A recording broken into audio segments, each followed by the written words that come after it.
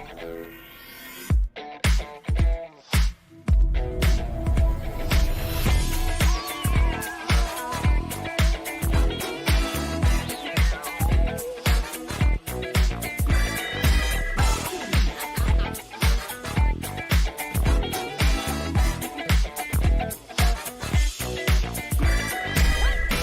can't film me in the bathroom, man.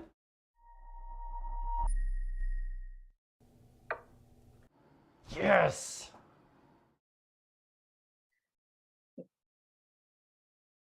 Welcome everyone to our third day of coverage of the Superbet Chess Classic Romania, where many of the world's top players are playing in the first event of the Grand Chess Tour 2022.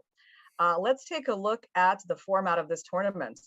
It is a round robin, which means an all play all of 10 players, standard 1 point for the win, half a point for the draw. And the time control is 90 minutes plus 30-second increments per move, with 30 minutes additional time and still the 30-second increments added after move 40. So the games can be quite long. We have a nice day of action, probably 4 to 5 hours of chess ahead of us today. And there are also points to be fought for in the Grand Chess Tour standings. At the end of all of this series of tournaments, the top 3 players will get an additional, will qualify for an additional prize fund, with the top prize being $100,000 bonus for being the winner of the whole tour. And for this individual event, we also have a very nice prize fund for the players, $100,000 for first place, 65 for second, 48 for third. So there is a lot to fight for the players. And we're seeing a lot of fighting chess because no draw offers are allowed in this tournament. So Yoon, welcome to our first day of commentary together. Do you want to give us your thoughts on what we can expect for today in the matchups? We're about to see the pairings.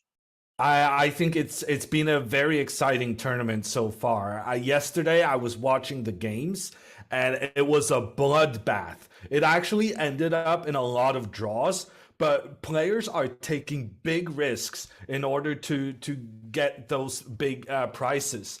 Today, we got some exciting matchups as well. Personally, I really like the Aronian Firouzja matchup. The old guard, Aronian, actually the oldest player in the tournament, facing one of the youngest in Firouzja. But Firouzja has something to avenge, having lost yesterday. So that's going to be my favorite matchup.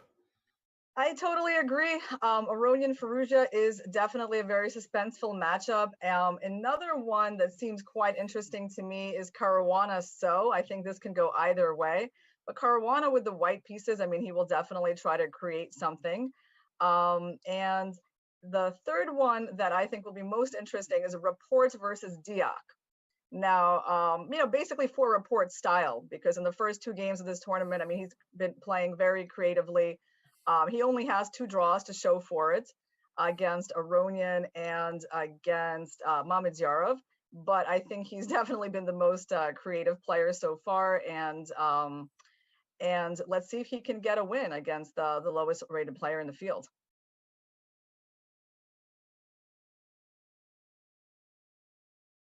And you can also vote on chess.com/events. That's right, guys. You have a chance to vote up to move 10, I think, on the results for each game and be eligible for prizes. And some of those prizes are diamond memberships to chess.com. So don't forget to vote. So let's try to make some guesses, Yoon, about what we think is going to happen today. So we got Caruana. So I like to try to guess the first moves of each game. Any predictions for this one? Well, Fabiano, his openings are just so good, and I think he's especially good in the King's Pawn openings. So I would bet that he goes for E4 on move 1. E4, right. I have a feeling like recently I've seen him play D4 somewhere. I mean, was it in the American Cup that he played D4? Yeah, that's right. Somewhere at the very end when he needed, maybe it's his final match. but I kind of have a recollection that he was playing d4. So I'm going to go for d4 in this game. So we'll see about that. Nepomniachtchi versus Dominguez. I think that's maybe an easier one to guess. I mean, if you're very familiar with top level chess, I'm sure that's easy. But I gotta admit, most of my commentary the last 2 years have been Magnus, so I feel so out of touch with the top level chess at the moment. Uh, if it's obvious to you, please let me know. Yeah, well, I would still go for e4. That's the move he played with in the first game as well. And I still think with Nepomniachtchi, it is more likely than not that he's going to stick with that move that he's more used to. And then we got Rapport versus Deac. So this is a bit of a harder one, right? I'm not exactly sure what is Rapport's main repertoire these days. I mean, anything. The guy is a maniac.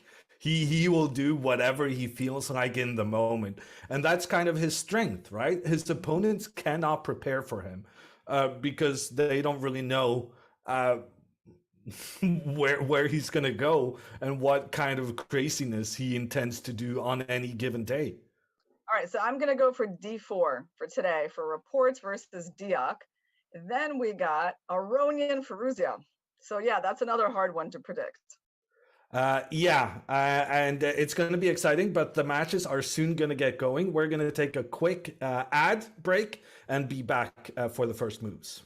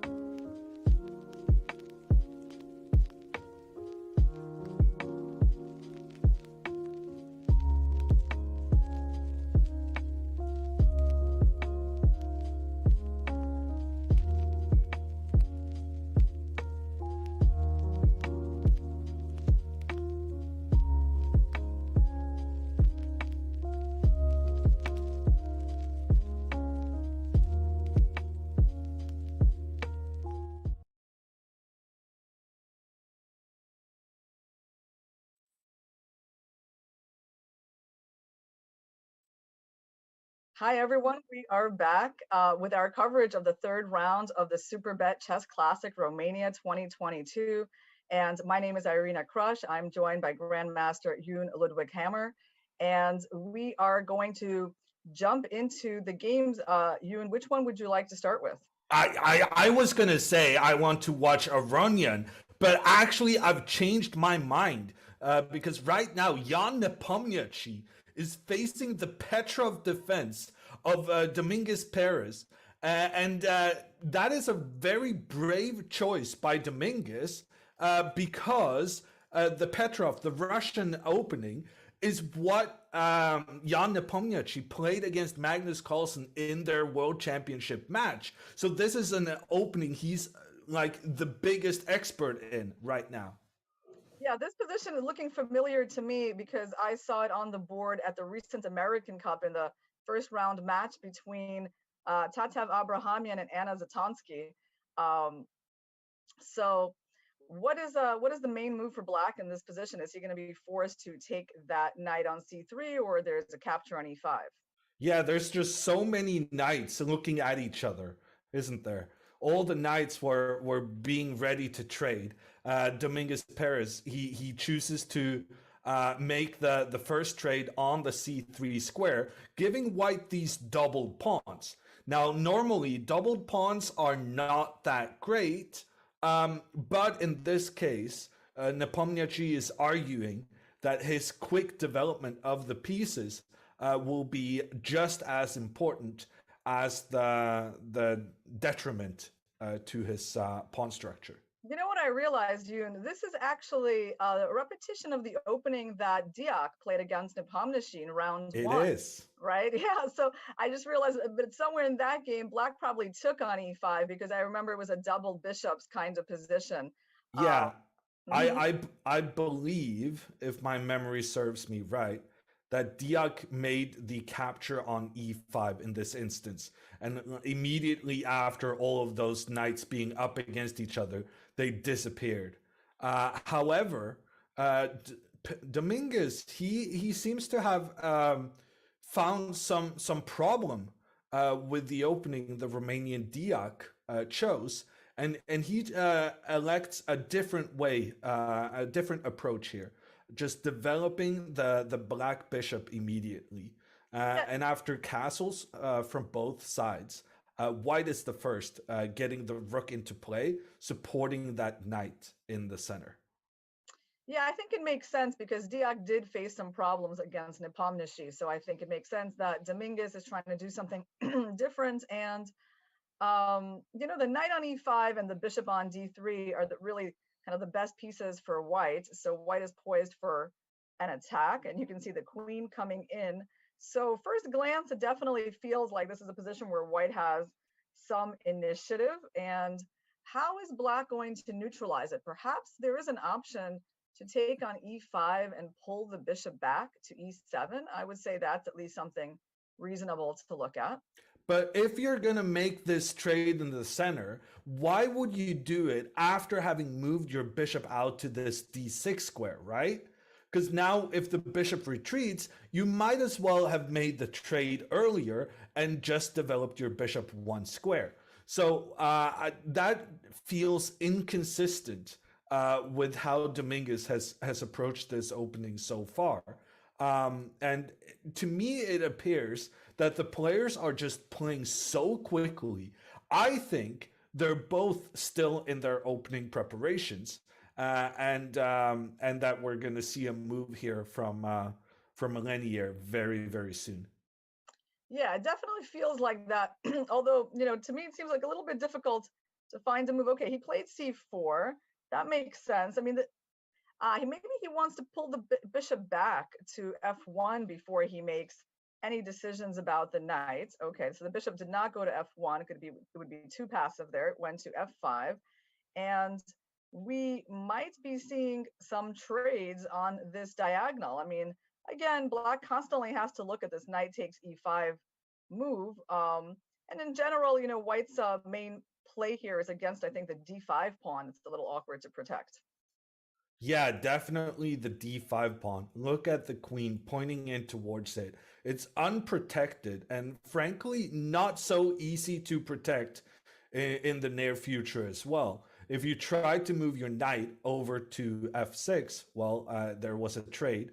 So they're playing quite quickly, which tells me that they're definitely still in their preparation.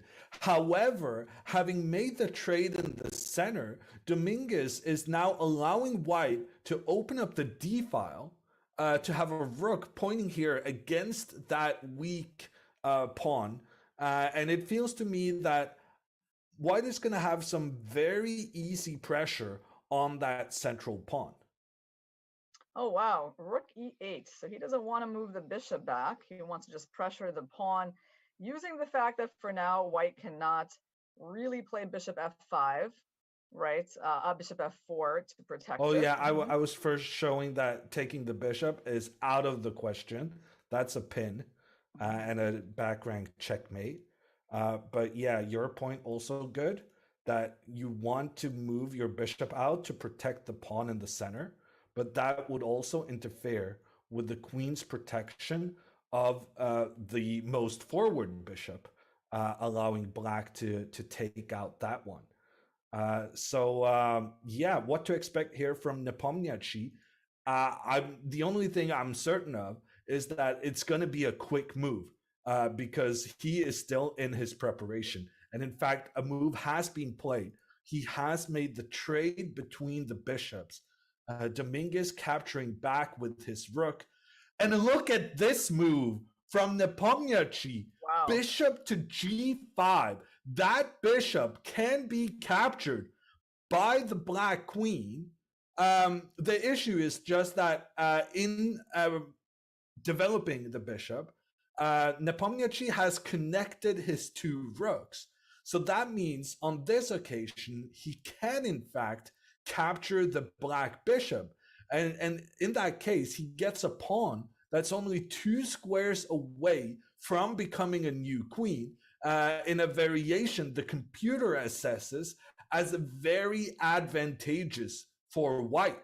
So yeah, this is some scary stuff Dominguez has gotten himself mixed up in. Playing the Russian opening against Jan Nepomniachtchi, who used this exact opening in his World Championship match less than a year ago. That is that is a bold choice by the American. Yeah, and so Dominguez went back with bishop e7. Now we can expect a trade on e7 and for White to go rook ad1, quickly attacking the d pawn. So after bishop e7, I suppose you got to. Wow. Okay. Okay, we cannot take anything for granted in this game. What is going on? That pawn moved forward. Okay, let's try and recap. If we capture the bishop, that is pretty easy. We cannot do that because then the pawn continues forward, creating that annoying pawn fork, the attack on both the king and on the rook. So yeah, that's just not going to work. Instead, Dominguez captures back this pawn immediately captures back. And then Nepomniachtchi moves his rook up, leaving his own bishop to be captured by the black bishop because he has seen, or rather, I guess his computer has seen, that there is a trade of rooks, and then the queen comes in with the double attack on the black king and on the black bishop, and White ends up being up a pawn. But they're still playing super quick because this seems to have been part of Dominguez's preparation as well. He plays queen e2, claiming that, yes, I'm down a pawn, but look at my queen making threats in towards your position. Yeah, this is kind of a very surprising turn of events, right? Because within just minutes of the game starting, these guys already look like they've been playing for like 4 hours. Everything has been traded down, and we're like going over an endgame within the first 15 minutes of the game. So that is quite a surprising turn of events. I mean, Dominguez, I think, is like looking more comfortable, I think, than he usually does. Because he tends to take a lot of time in the openings. And so in this game, you can definitely feel like he hasn't been caught out. For him, this is still a very fast pace. And if he's going for this position where he's down a pawn, so quickly. I assume he feels, pretty confident he can hold this. And the main question for White is, how does he activate the rook on a1? Yeah, big question. Getting that rook involved is going to be paramount to winning this game. And right now, it doesn't have any easy squares. I mean, honestly, this rook, it may have to take a defensive stance, protecting the white pawn on c2. So yeah, not easy here for Nepomniachtchi to exploit his extra pawn. And with that, I will suggest that we move on to one of the other games. Yeah, in that case, let me suggest the game Rapport Deac, already in a position that is not, it's still fairly standard, but not exactly familiar to me in this exact version. So I think, by the way, Rapport did play did he play d4 on the first move? Yes. Yeah. It seems like there was a mistake in the transmission when the move d3 was on the board, and of course we were shocked that he made half of a pawn move on the first move. But it looks like was really just a nimzo that started with the move d4. So he did play a proper opening, which was not at all granted, given Ricard's proclivities towards the unusual and slightly I'm trying to be politically correct and not say insane, but Offbeat is the word you're looking for. offbeat. Yes, thank you. Openings. But today he's going for a classic main line, getting those two pawns involved in the center and then getting the knight out as well. When black plays bishop b4, it's what's known as the Nimzo Indian. E3 is the old school move here, just getting ready to get the pieces out, not stressing about whether black can capture this knight and create those doubled pawns, because white says, yeah, you've given me doubled pawns, but I have such good control in the center of the board and I'm ready to get my pieces out. So white does not fear that. Instead, castles from black. And here, knight to e2, it turns out he didn't want those doubled pawns after all. Yeah, so this knight e2 move definitely leaves black with some room for creativity as well. And so black played this move c6, I believe, right? Where he shows that he's not going to be giving up the bishop for the knight on c3. And this bishop, often takes this maneuver back to c7. Yeah, so once you see like just these first four moves, like you already know this game, it's not going to go the way Nepomniachtchi Dominguez is going. Is going to be a lot less, I think, theoretical and leaving the players more room to improvise. So let's see what happened after that. Probably a3 looks like a very standard move. A3 was played to attack the bishop. The bishop retreats, having gotten this hiding spot on c7, which was basically the only point of the c6 move previously. And here, Rapport, instead of continuing the chase of the bishop, he's choosing to go with the pawn to c5, a very unusual move. I must admit, I have never seen this move in this situation previously. The idea is that when black goes d5, which he did, then white can do the special en passant move. Yeah, okay, c5, also very interesting move, and that's what happened. The pawn structure changed like that, and white played b4, I believe, right? Yeah, queen recaptured the pawn, pawn up to b4, attacking the bishop. And now the question is, where will the bishop retreat? Deac is thinking right now, but I would suppose that his bishop will be moved to this c7 square. And yes. what Rapport has... I wanted to say, I'm sorry, do you think white will be playing g3 here maybe to block off the bishop and the queen and try to, develop the bishop to g2? I mean, if I'm going to castle kingside, I definitely need to protect against this queen and bishop pointing in that direction.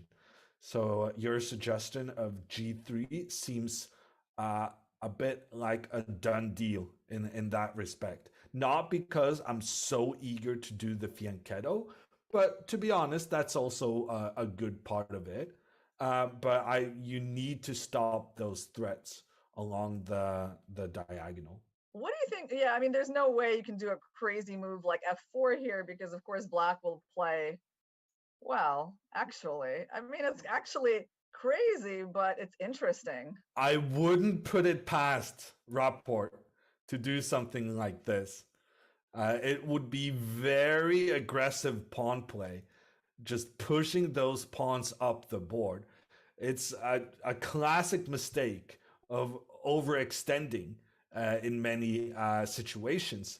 But if Rapport does it, then instead of overextending, we would have to talk about, the brilliancy of the top level players being able to find the exceptions to like common considerations. Yeah, f4 it was definitely a very committal move, right? Where I mean, white has moved many pawns in this opening, and his development isn't amazing, right? So it's a question of what he can really afford himself to do. Now, the idea of f4 is obviously to clamp down on the e5 square and stop that break from happening. White does have to watch out for b6 and c5. In general, like black might try to break up those pawns. You still have to be a bit careful because on c5 there's knight b5, and there's also the move e4 here. Like white can just continue moving everything, threatening the e5 tempo, allowing the bishop to come out to e3. I mean, f4 and g3 are like moves from two different worlds, right? Because they're going to take the game in completely different paths. I'm starting to realize that your play style is much more similar to Rickard's than what mine is. Is it? I don't know, Yoon. Actually, I would never consider being this aggressive with the pawns, but looking at the position in front of us, I can agree that yeah, it looks kind of decent. But I would be uncomfortable with the white king not having not having castled. That's one thing, but like white is nowhere close to getting castled anytime soon. You're going to need at least 3 more moves to make it happen. And that kind of terrifies me, to be honest. Yeah, but watching him play the last few games, I see that he's quite comfortable on the edge, right? So when I said this move f4, I'm also thinking about what is possible given his style. And I do think that this kind of unusual approach, I've never actually seen this before, like with the knight on e2 and such poor development and just going for the prophylactic space grabbing f4. I've never seen anything quite like it, but it wouldn't shock me if that's his concept here. Yeah, that would be pretty cool.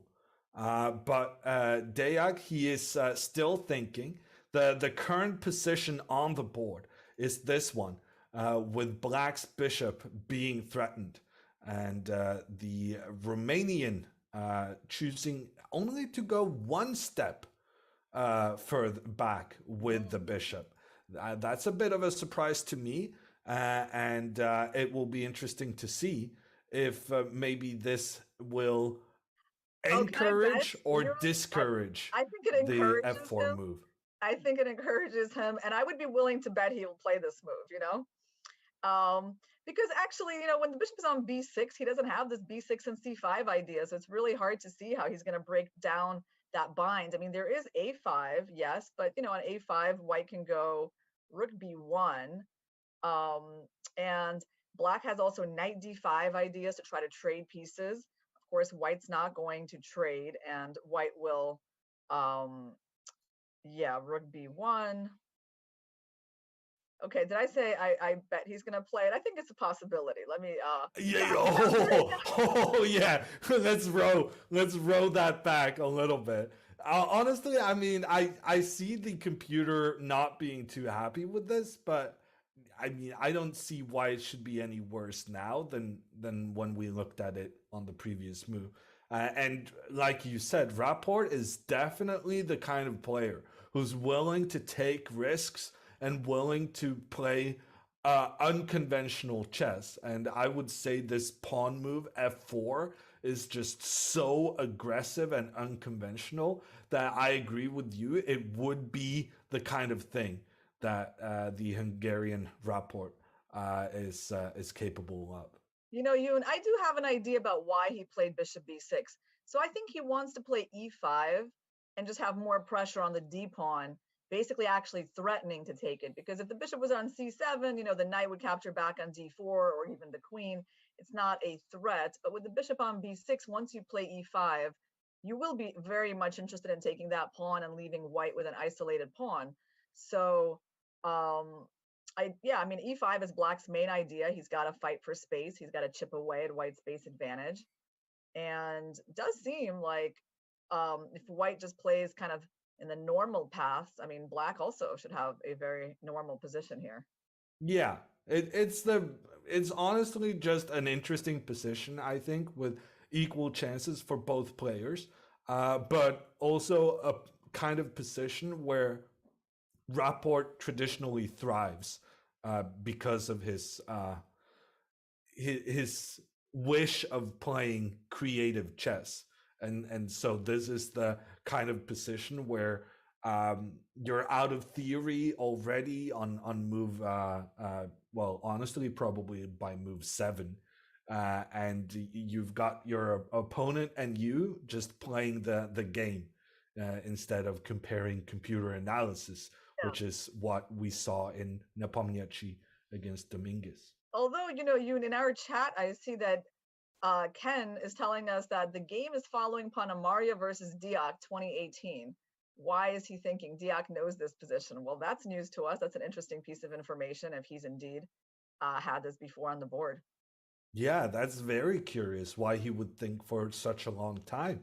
But maybe that's because he kind of fears that Rapport also knew that previous game and that he was considering whether to deviate or continue in the path that Rapport may be familiar with. Regardless, that continuation will be interesting to check out as the games progress. For now, I would like to move to what I thought was going to be the top game of the round, and that is going to be Aronian against Firouzja. All right, so that game was a theoretical Slav defense. The players went quite far with the theory. I mean, this exact position I'm not familiar with, but we can just explain, I guess, to our viewers how we got here, right, Yoon? Yeah, definitely. It started out as an English opening, Aronian using his bishop's pawn, but it went back into the Slav defense as Firouzja used this normal c6 protects a pawn on d5 scheme, which is so typical for the Slav opening. By the way, Yoon, do you play the Slav as Black? I have played it in the past. But you're more of like a Nimzo player. I don't know if to be as insulted by that or not, but yes, you have a pretty good grip on my openings. Yes. Yeah, no, that's not. I don't think calling someone a Nimzo player is a big insult. You know, the most popular opening for Black against d4. It's kind of like, oh, you played the Nimzo. You're such a boring player. No. Well, you know, I played the Queen's Gambit Accepted since I'm like a child. Oh, so you're even more boring than me. Boring, yeah. So, and I have no problem with that, you know. But I do dabble in more fun things once in a while. Yeah, and this opening here definitely qualifies as more fun. Exactly. Because you know, for me, the Slav defense is more fun, which I played a couple of times in the American Cup. Yeah, and after d4, the opening just goes away from being an English defense and then completely transposes into what is the Slav main line. And these days, we don't actually see that very often. These days, most people go for what's known as the semi-Slav, with the pawn moving forward to e6 and creating that very nice and solid pawn structure with the pawns protecting each other up the board in two directions. However, for Firouzja, he's going a bit old school here, or rather early 2000s, when he captures on c4, taking up the big challenge that is the Slav. So he just took that pawn. And in order to regain the pawn on c4, Levon Aronian felt forced to play the move a4. Because if you try to just move your pawn up and recapture that black pawn next move, you're in for a surprise. Because black will then use this pawn structure with the pawns defending each other up the board, and black is just going to hold on to that extra guy. Yes, I have tried the the Geller gambit here, maybe a few times in my life. At some point when I started studying these positions, I was like, it's so unfortunate that white has to play a4 and make this big hole on b4. Yeah. It's anti-positional. Let me just try not to do that. Let me follow classical principles and put a pawn in the center with e4. And that's what we call the Geller gambit. And actually won a game in this opening against a former women's world champion, Zhu Chen, in a tournament in Istanbul some years ago. But, it's hard to turn this into a long-term weapon. It is a bit of an idealistic move where you're just saying, okay, my center and, my initiative will be worth the pawn. But I did enjoy trying that out. But Aronian, he does not dare giving up that pawn. But in order to win it back, he needs to play this weakening a4 move. And the reason it's weakening is because now there are no white pawns that can control the b4 square. And as a result of that, the b4 square is often a great outpost for black's pieces in the ensuing play. Firouzja, he developed his bishop. Aronian moving his knight up, immediately making sure that he gets that pawn deficit back. Knight out challenges the white knight in the center, but white just ignores because you were trying to win back the pawn anyway. Now, this is where it gets interesting, because after queen c7, this indicates that black is going to do an early castling, but it's going to be a queenside castling. Have you ever seen any player really, but especially black, making a queenside castling and being ready for it by move 7? That is so unusual. Yeah, definitely. And the other move here that black can do is this move a5, I believe, to try to clamp down on the queen side. Or sorry, maybe it's knight b6, right? It's and then knight b6 first, yeah. Yes, knight b6 first, and white will avoid the knight trade, and then black goes a5. So that's the alternative line. Quite different. Very different. It was also tried actually in this tournament, which is quite rare. It was Rapport's Aronian Rapport, yeah? Yeah, so it's been very rarely seen at top level chess the last 10 years, but it actually got featured in this tournament. So if you guys in chat, if you guys play the Slav, you're in for a treat today. Not only because this is featuring the two very best players of the world playing your opening, but also because it seems like the Slav is making a comeback at top level chess. Yeah, I would like to make it a part of my repertoire as well. I've been, black has quite a nice variety of lines he can choose in the Slav, right? So it's hard to really catch someone in preparation if black is able to move around in his lines. So white played g3 here. It's the standard move. Not only threatening bishop f4, but of course wanting to fianchetto the bishop, black goes e5, like all of that has been seen.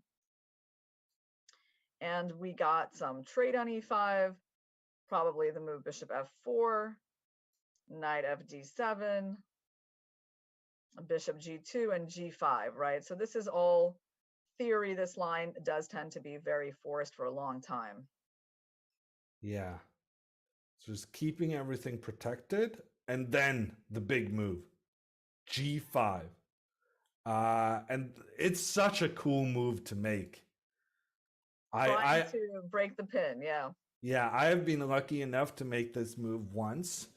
To be fair, I did lose that game, but it feels good moving your G pawn aggressively. Even when you have the black pieces, putting pressure on that white bishop. If the white bishop captures the black pawn, then black is free to capture the knight on c4, because there's no longer that concern of white's bishop pointing in towards the black queen. And so therefore, you would think, okay, so the bishop has to trade with the black knight. But while that is an option, it's not the only one by far. And in fact, Aronian, with the white pieces here, he has chosen what is the standard move, which actually doesn't involve the bishop at all. Aronian chooses to move the knight so that the knight cannot be captured, but also so that you put pressure in towards the black bishop. Yeah, this counterattack is also a feature of this line. And it's interesting, this game, in terms of like the way it develops, it's kind of similar to Nepomniachtchi Dominguez in the sense that many theoretical moves are played before the game really starts, right? So we're not just kind of starting from scratch here. We're going to be in a very specific type of position by the time the players finally start thinking on their own. So let's quickly go through these moves and see where we are in the current position. The knight goes to f5. It's a very unusual square for a knight to get to this early in the game, and definitely a nice piece for white to have. We also have bishops of opposite color on the board. That's an important feature of this line as well. And did black castle queenside here, Yoon? Yeah, black castled, white moving the queen up. I'm pretty sure the standard move here is moving the knight forward. And what I was taught about this position is that this knight move is very important so that you prevent white from castling queenside as well. But Firouzja, with the black pieces, he chose king b8, which I thought was supposed to be somewhat inaccurate because of this extra option white has of castling queenside. But instead, Aronian has captured what seems to be a free pawn on f4, which once again is just a sensational part of this line. Like, black chooses not to make the trade between the pawns because even though black kind of saves a pawn here in this circumstance, it also opens up for the white rook. So Firouzja is saying, I'd rather lose a pawn than opening up for your rook. This is honestly one of the most fascinating openings in chess. And he does lose that pawn on f4, attacking also the knight, having to move the knight away from its strong position in the middle. The knight moves forward. Aronian makes sure that his pawns are well protected, protecting each other. The knight moves up now, threatening to invade on the d3 square. So in order to avoid that, Aronian needs to move his rook over. In doing so, he also offers the trade, which Firouzja says yes to. And after queen a5 check, there's a problem with the white king. And in this position, it was clear that Firouzja was still in his preparation, whereas Aronian was thinking. Aronian spent a lot of time on this move, and he played king to e2, which the engines, the computers say is a big mistake. And Firouzja might make a comeback the day after he lost in the previous round, and with the black pieces. It would be a sensational result for him, but also a deserved reward for daring to go into this very risky opening. Yeah, so this is a fascinating position, and I sympathize with Aronian because it's not obviously clear to me like why this is such a bad setup for white. I mean, there's a few things to look at, right? And so the critical thing in this position is that the a4 pawn is hanging, and of course he's counting on having this b3 fork. So for example, on queen takes a4, which also protects the knight on c4, there's a little problem, which is that after the queen trade, there is the move b3. And so Aronian obviously relying on little tactics like that to justify his play. So let's see what he can do other than queen takes a4. There also is...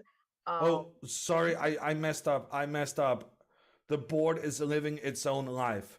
And I think this is just such a fascinating position. We could easily spend 15 minutes looking at it. So before we explore the options, we're going to take a little break and then be back with you for all the action that could occur with the white king being stuck in the center.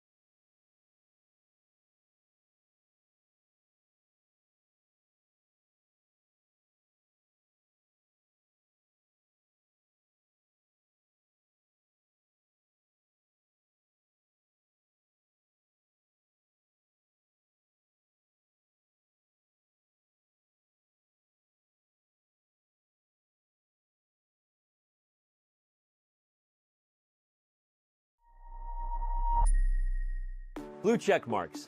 Everybody loves blue check marks. Chess.com is excited to launch its own blue check mark today with our verified members program. And for the first time, for any online platform anywhere, there will be a transparent and clear process to how you become verified and get that blue check mark. Any Chess.com member can become verified by having their account linked to a real identity with a unique payment form and SMS held privately in their profile. Most importantly, applicants must pass a comprehensive fair play screening in order to get verified. All right, but besides the blue check mark, why should you become verified? First and foremost, all verified players are eligible to play in the Chess.com Global Championship. With $1 million in prizes, including regular cash prizes for non-titled members, this massive and historic event has but one cost of entry, your $15 verification fee in order to become verified. Additionally, other verified benefits will include access to regular verified-only events, listing on verified-only leaderboards, priority pairings against other verified-only members, and more. To learn more about how to become verified, if you're watching this during one of our live shows, use the command verified in chat, or if you're watching it anywhere else, go to chess.com/verified today and go get that beautiful butterfly. Blue check mark.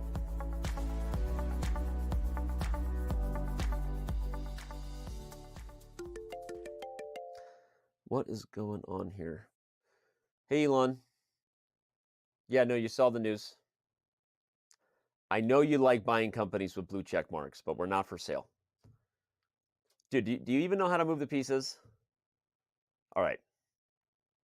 We're going to get back to this later. I got to record a video. Thanks, buddy. Elon.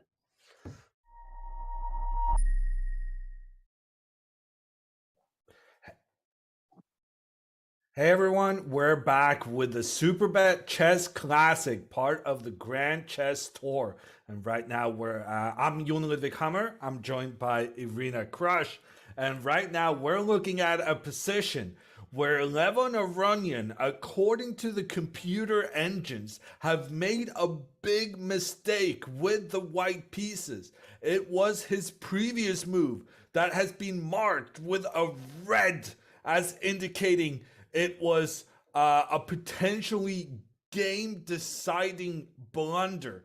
He went here with his king up to e2, thinking that with an extra pawn and having some pawn shelter in the vicinity, Aronian was thinking, this is okay.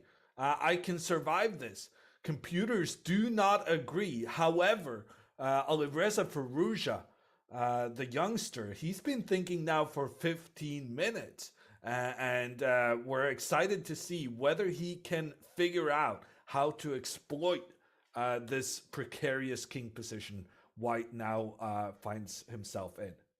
So Yoon, I've been doing a little bit of research on our break about this position, and I can tell you this is not the first time like the position after Queen A5 check appeared in top level chess. In fact, my first game in this position is from 2003 between two German players, Andreas Schenk and Jan Gustafsson. And Jan Gustafsson was playing this line for Black, as you know, almost 20 years ago. And even after that, it featured in a game Hare Krishna Ragar from 2011. The idea of the sacrifice and Queen A of the pawn sacrifice and F4 and Queen A5 check, and most recently, really big name game Wang Hao versus Hikaru Nakamura from the Olympiad in 2012. And indeed, none of these players played King E2. For example, Wang Hao and the other players, they all either played Knight C3 in this position. So, wow. So are you saying that you believe it to be a mistake on Aronian's part, that he was just poorly prepared and that he should have known about this position if he was willing to go into this Slav opening? Exactly. It seems like this stuff is known. Players, I guess, don't know everything, but the problem with Knight C3 that I'm sure he didn't like is that you have to consider that black is getting their pawn back immediately. There is the move knight takes b2, followed by, if you take the knight, it's a poisoned knight, of course. There's a fork on d3. And this is not, even the only move that black is available. So, I can see why Aronian didn't like the move knight c3. And even from that old game, 2003, that was commentated on by Grandmaster Robert Hubner, he gave the move queen c3. And also not very appealing, right? As it does, like the line that he was giving was like queen c3, bc3, and dropping the a pawn. I can see why, white would not be happy with such a position from the opening as well. Yeah, no, this seems very dangerous. Look at that black a pawn now. It has a highway to walk in to become a new queen along the edge of the board. So yeah, you definitely didn't want to go into that. But the move chosen by Aronian might be even worse. King to e2, it does avoid some of the problems we just studied, but it also means that white is no longer going to have that option of castling and getting the king out of dodge. And right now, the move being recommended for black as the only move to punish this, which is interesting, right? Like this king move is characterized as a mistake, but it's only one black move that can kind of prove its problem, which means that if Firouzja, during his now 20-minute think, if he does not find the move queen to a6, then this might pay off for Aronian after all. Now, this queen move, obviously, it has been spotted by Firouzja. It has been spotted by Aronian. Putting the queen on the same diagonal as white's king is the most obvious option. So why haven't they played it yet? Well, because these top level players, they don't think just one move ahead. They need a plan for the whole continuation as well. And Aronian's plan here would be to go king f3. Just get that king out of the way. Yes, it's an untraditional square for the king, but you got to agree with Aronian that he is being protected by the biggest kind of pawn mass he has. On f3, the king is surrounded by 3 pawns, which is honestly the best white can do in this situation, given how spread out all of white's pawns are. Yeah, so indeed, I also noticed this move queen a6 and king f3 seems to be the only response. It doesn't seem terrible for white at first glance. Black has kind of a cute move here, knight d3, but of course, no one's going to be capturing that knight. And unfortunately, it doesn't really make any threats, right? But the idea is if you would capture the knight, there would be a nice little discovery on the knight with knight e5. So black is going to be looking for something else, not like a cheap tricks like this. But even Firouzja, even his first instinct was this trick. I can assure you of that. It is the kind of little trick you always check first. Can we make something happen here? It's on the board, queen a6. So we're going to see this position shortly. And how will black take advantage of this? So, is he interested at some point in taking the a4 pawn? It still seems like he really can't, right? Because knight a4 is running into b3. Queen a4 still runs into the same problem. So it must not be about that pawn. And, what concerns me is like the queen on a6, like what is it doing? It does feel like it's a bit out of the action on that square. Yeah, I agree. And actually, I've cheated here a little bit. So I'm looking at the computer's suggested moves, and this is actually really, really interesting. How the computer is saying that previously, with the white king being closer to the center, then it said no, capturing that pawn on the side would be a big mistake. But on this occasion, the computer suggests that you can, in fact, capture the pawn on a4, where the idea is that after the trade, our big concern was that the pawn would do that nasty double attack on the black knights, but because the white king has moved, black has a save, and not only a save, a win. Because here, knight to d2 not only gets away from the double attack by giving a check on white's king, it also actually captures that white pawn on the next move, giving black no less than 3 pawns next to each other that can just march up the board trying to become new queens. And yeah, I don't really see Aronian surviving such an instance. So it seems that the mistake Aronian made in some respects was not the move king to e2. The king to e2 was definitely a mistake, but the reason for it was that he missed the fact that when his king is forced into its kind of safe garden next to his pawns, it enables black to capture that pawn on the side of the board. Yeah, I mean, it's funny how little details like that completely change a line, and it would indeed be very depressing for white to just lose the b3 pawn. I suppose here white still has the move queen c3. I mean, trying to keep the queens on the board, but the eval bar really hates that whole concept. I mean, I guess rook g8 is simple and quite powerful, right? I mean, Yeah. all of black's pieces getting better.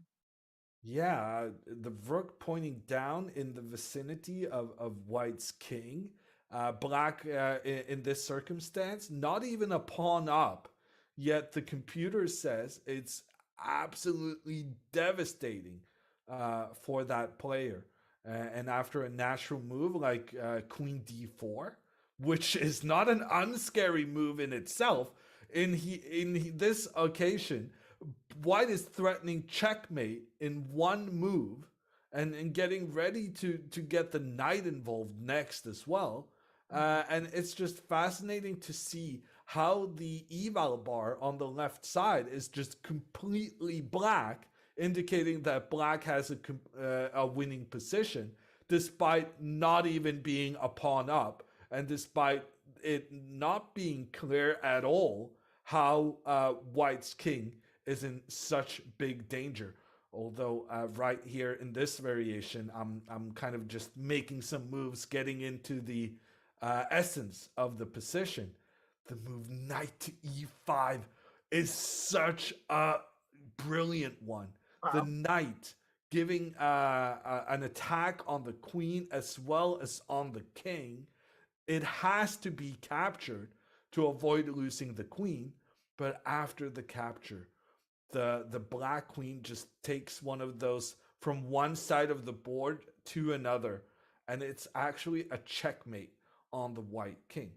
So yeah, it's a really thrilling start to the game. Yeah, no, I feel rather bad for Aronian to get such a start to the game, you know, to be kind of not so well prepared and possibly just losing with white right from the beginning. So I don't know what happened to him, how exactly he found himself in this situation. It's like much worse prepared than Firouzja, but yeah, I guess it can happen. And shall we go to take a look at another game? I would recommend maybe Caruana versus So. They're in a Catalan. Let's do that. And these guys have been playing rather slowly, actually, I would say. They've played 14 moves each, but the first 10 of those moves are the most standard in this opening. So they've really started thinking early on. And we're going to move back on move 1, where Fabiano, like you said, he's sticking with his queen pawn opening this time round. Wesley So developing his knight, both pawns getting involved here from the get-go.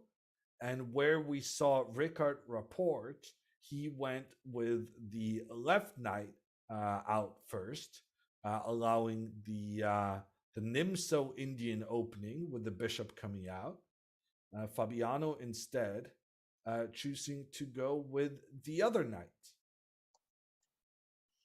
Yeah, so he went for a Queen's Indian, and what did Wesley go for? Oh, he went for the D5. Okay, that's right. So we had, yes, Catalan, right, and D takes bishop E7, bishop G2, right, most solid line.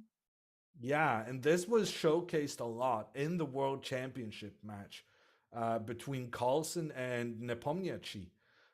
So clearly the other top players also looking at that World Championship match with interest and exploring the options of this opening. Black here captures the pawn on c4.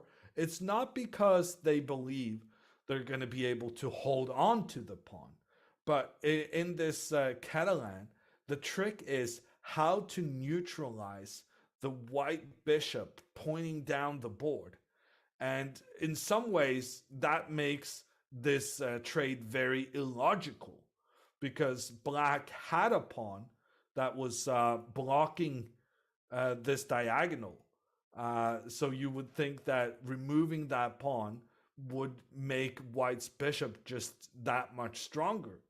But in fact, when white is busy trying to get that pawn back, black manages to set up this situation where you move your pawn up, attack the queen has to retreat, and then the black bishop actually finds a perfect spot pointing down towards the white bishop, and by doing so neutralizes a lot of that white bishop's threats. Yeah, so this is a very theoretical position. And white's standard move here is bishop f4, bishop e4, queen c1. This is a favorite of Vladimir Kramnik's, this whole line, right? So he's really the one who popularized the Catalan some years ago. So white played bishop d2. Yeah, that's also an option. And the main issue of black's position is the c7 pawn, right? The backwards pawn. And other than that, I mean, black's position is perfect now that he's put the bishop on the long diagonal on b7. And the reason white goes bishop d2, they have a very sneaky idea to go bishop a5 and pin that pawn. Yeah. And they want to hold it off for moving. And if they can accomplish that, then of course black does not equalize the game. So black's idea in this opening is very often to manage to get that that c pawn, get it moving 2 steps forward and trade it with white's pawn in the middle. That is a guaranteed equalizer. However, at the top level, people wouldn't be playing this if such a pawn advance was easy to make happen. And Wesley So with the black pieces actually chooses an entirely different approach. He moves his bishop out into the center, attacking white's queen.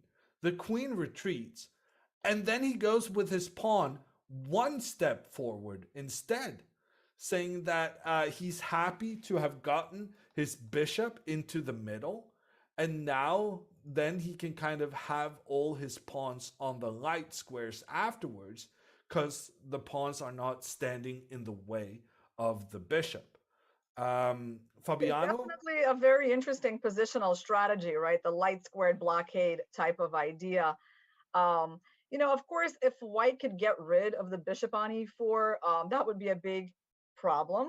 And I guess one of the issues here is that, you know, another point of the move c6 is actually that you're threatening to take on f3 at some point, and the bishop is not going to be getting a tempo on the rook, and you might be able to win the d4 pawn. And in fact, we're going to see later in the game, some version of that is going to happen. So that seems to be a key point of the move c6 as well. Yeah. In fact, I have played the c6 move myself against Hu Yifan and one of the Danish grandmasters. So I know a little bit about this strategy for black, and you know that it's a good opening when Wesley So starts playing it. So I feel like every time Wesley chooses something I have played in the past, I just consider it a pat on the back to be like, oh yeah, you've done your homework here. Yes, a vindication. Yeah. Yeah, it's Wesley's choice. Then it's got to be good. So after c6, did white go a4? Yeah, a4 was played, trying to put pressure here on the side of the board. Uh, so trying to avoid opening up for the white rook. So he avoids the trade because he wants the white pawn to remain on the board so that white cannot open for the rook. Here, Caruana developed his bishop. But as you were saying, Irina, one of the main points, honestly, with the c6 move is that black now has the option of capturing the white knight with their bishop. And when white recaptures, there's not a threat to the rook in the corner because we have this blockading pawn. And so that enables black to capture the pawn in the center. Now, white has the bishop pair, and black's development is not great. So this is a pawn sacrifice with still a lot of potential for white, but it's always good to be up a pawn. And Caruana actually started thinking for a very long time. He just made his move, moving the rook into the center, attacking the queen. And the queen, wow, hides itself way out on the edge of the board. Yeah, so this is a fascinating position. And of course, I think black will be trying to drop this pawn on c6 pretty soon in order to get the knight developed. So we can be expecting some kind of a knight bd7 move soon, especially with this white queen on c6. I mean, you definitely don't want to, I'm sorry, on c1, you definitely don't want to capture bishop c6 and get yourself into a pin. Although there is, of course, there is an idea, well, there's a lot of ideas. Queen c6 is a move, and at some point, white's light squared bishop could have a really big impact on this game. On the other hand, black has to try to use the fact that, white's knight is still on b1, the rook is still stuck on a1, and white is not completely developed. So development is still a big issue in this position. What other kinds of moves are available for white? So knight bd2, right, of course, is an obvious one here. Bishop e3, he can also take a look at, but I'm not sure if it's like not sure that it's a very powerful attack on the queen. So knight d2 would be, yes, it's his choice, and I think that looks like the move that makes the most sense here. Yeah, definitely. Just getting that knight up into a good position. White can play pretty calmly here, even though he's down a pawn. I think something like moving the knight forward and then moving the queen up, the rook into the middle. I think it's very, very unlikely that Wesley So will be able to keep his extra pawn in the long run because of that pressure white can put with a rook, with a queen, with a bishop, maybe even with the knight coming in as well. That pawn is just going to be overwhelmed. But like you said also, there are many situations in which Wesley is going to be just happy to give away that pawn in order to get his pieces out.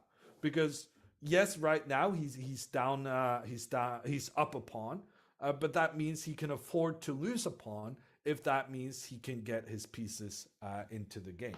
So with that, we're going to take another break, and we'll be back with more action from the Superbet Chess Classic.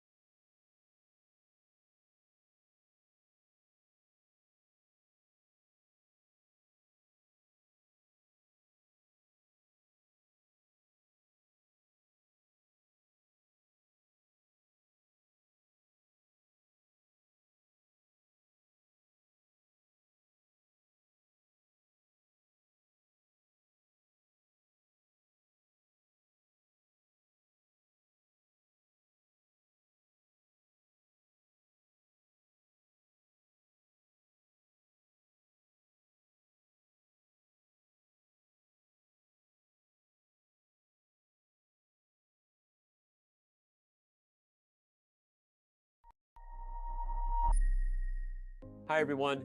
International Master Danny Wrench, Chess.com's Chief Chess Officer, back again for more chess terms and tactics explained.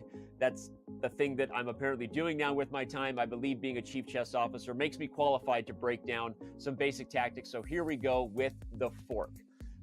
Right before your eyes, you see a beautiful, beautiful image of a fork going through a knife. But let's talk about the common ways this tactic occurs. Perhaps no fork is more common, or at least the threat of executing this type of fork is often key to making a lot of tactics work. Whether you actually see top players make this blunder or not, the threat of making a fork upon attacking two minor pieces, either in the opening or even as you transition from opening to middle game, is a very common way to win material, whether it actually happens on the board or whether they prevent it. This is one you really want to know and have in your repertoire.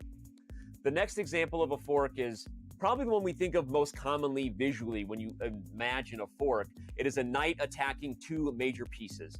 Whether it's a check fork where you attack a king and rook, whether it's two rooks as you see here, maybe if you're super lucky, it's a king and a queen, a royal fork as they call it. Either way, the knight coming to the square literally shows you the fork in the road, hence the term fork, as it attacks more than one piece in the enemy camp, and black goes on to win material. The next example of a fork is important because while we don't actually call double attacks by pieces that aren't the pawn or knight forks, it is essentially a fork. Here we see the bishop go to the g4 square, attacking two enemy pieces, the king and the rook.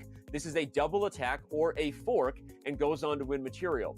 Anytime you're putting more than one piece in your enemy opponent's camp under fire, you are forking, placing a double attack on their pieces. After this, we like to see one real game example, so I picked a special one that we're going to show you now. Here's a game chosen between Grandmaster Georg Meyer and Grandmaster Magnus Carlsen. Some people have heard of these guys. The World Chess Champion went on to win with the black pieces in the Grenke Chess Classic in 2017 when he traded queens on e5. The fun part of this combination is that the first fork is not enough. Georg Meyer brings the king to e3 and seemingly regains all of his material. But after knight to d3 check, we see the final and fatal fork, winning the rook on b2. Georg Meyer actually resigned on the spot in this position, as he would obviously go down a ton of material and easily lose the endgame. Hope you enjoyed this video. Hope you're enjoying the broadcast. For all of our subscribers tuning into this content, thank you so much for being that. And I'm going to send it back to the broadcast crew now, and I will see you around on chess.com.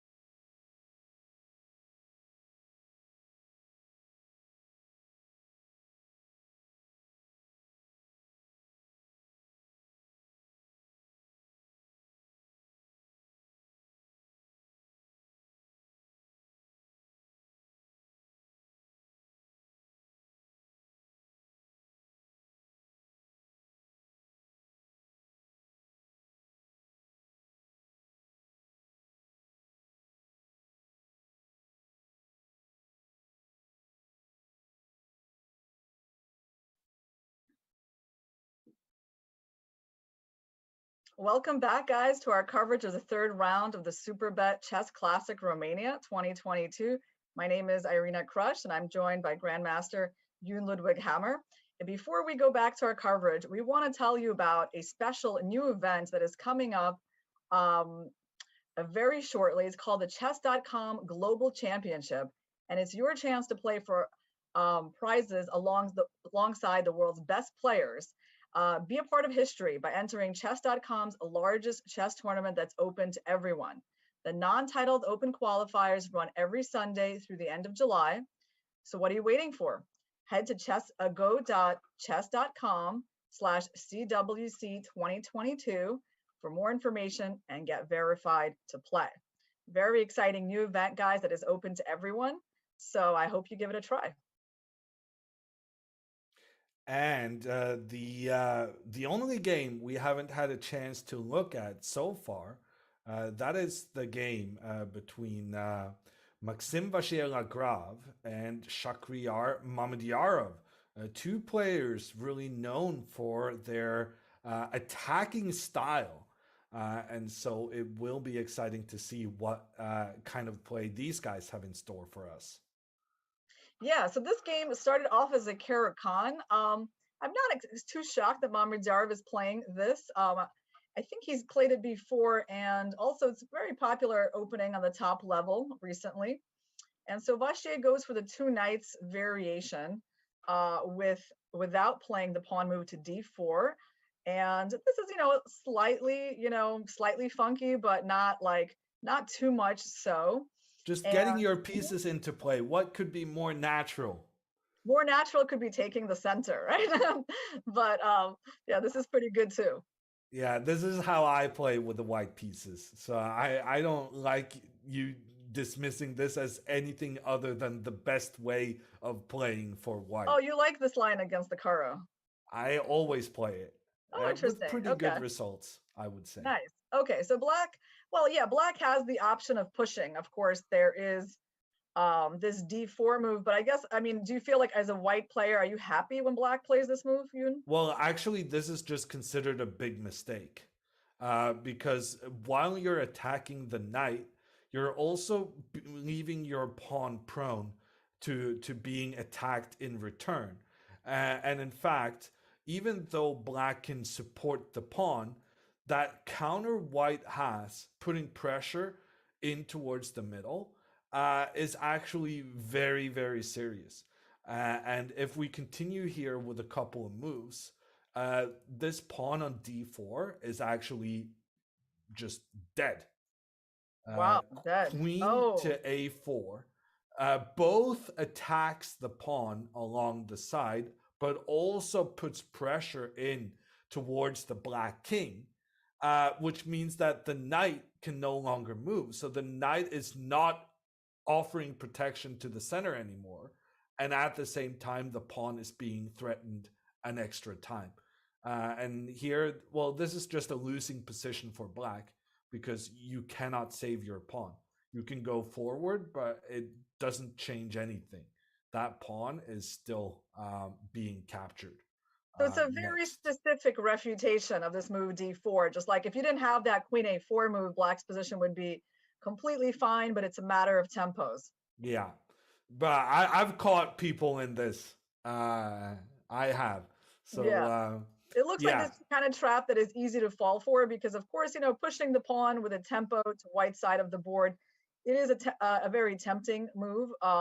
But okay, now that we know that it's not good, we understand why Mamedyarov chose to capture the pawn on e4.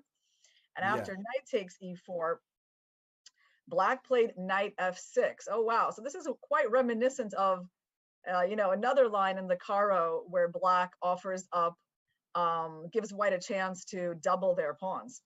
Yeah, and this way of playing has become hugely popular at the top level the last couple of years.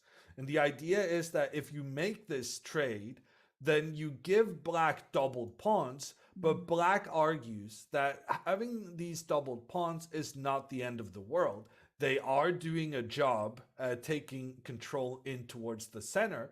And also it enables black to get quick development next, with the bishop coming out and then the king castling. Basically, what people have discovered is that in these kind of situations, it's not good for white to have the knight on f3. What they've figured out is that in circumstances like these, you would rather have your knight on this e2 square instead, which is why black chooses to play like this, because black says, well, you committed yourself very early on to putting your knight on f3, then I will make this offer of a trade of knights because the doubled pawn situation is okay for me in that circumstance. And that also explains why Vacher Lagrave, he chooses not to make the trade. He just defends his knight in the middle with his queen. And you might think that, well, cannot now black just continue developing normally, arguing that the queen is now blocking for the bishop, so the bishop cannot get out in the way she would like to do. But if you develop normally, like for instance, knight to d6, supporting the other knight, what could be more natural than you've fallen for one of the most classic Caruana traps, with knight d6 being checkmate. This is one of the most famous smothered mate tactics in chess, actually. And many people have fallen for this one, even quite experienced players, because, it feels like you're just developing pieces and suddenly there is a checkmate on the board. So yeah, you want to avoid that trap, guys. And of course, Mamedyarov did not fall for that. He played the move knight takes knight, queen takes, and queen a5. So actually, I would say, let's say with a kind of look at the position without any knowledge of this, of course, looks a little bit strange, right? This early queen development. But the point of it is actually to play bishop f5. So it does make sense that black has had no other good way to develop this light squared bishop. So the queen's development has nothing to do really with the queen itself as so much as with the possibility of playing bishop f5 next. And white plays c3, interesting move to get that pawn out of attack. Black goes bishop f5, queen h4, and knight d7, d4. So all of these moves make quite a lot of sense. e6, knight d2. Okay, so that move, Yoon, you might want to explain a little bit because it looks pretty strange at first glance, right? Moving your knight out of the center and undeveloping a piece. Yeah.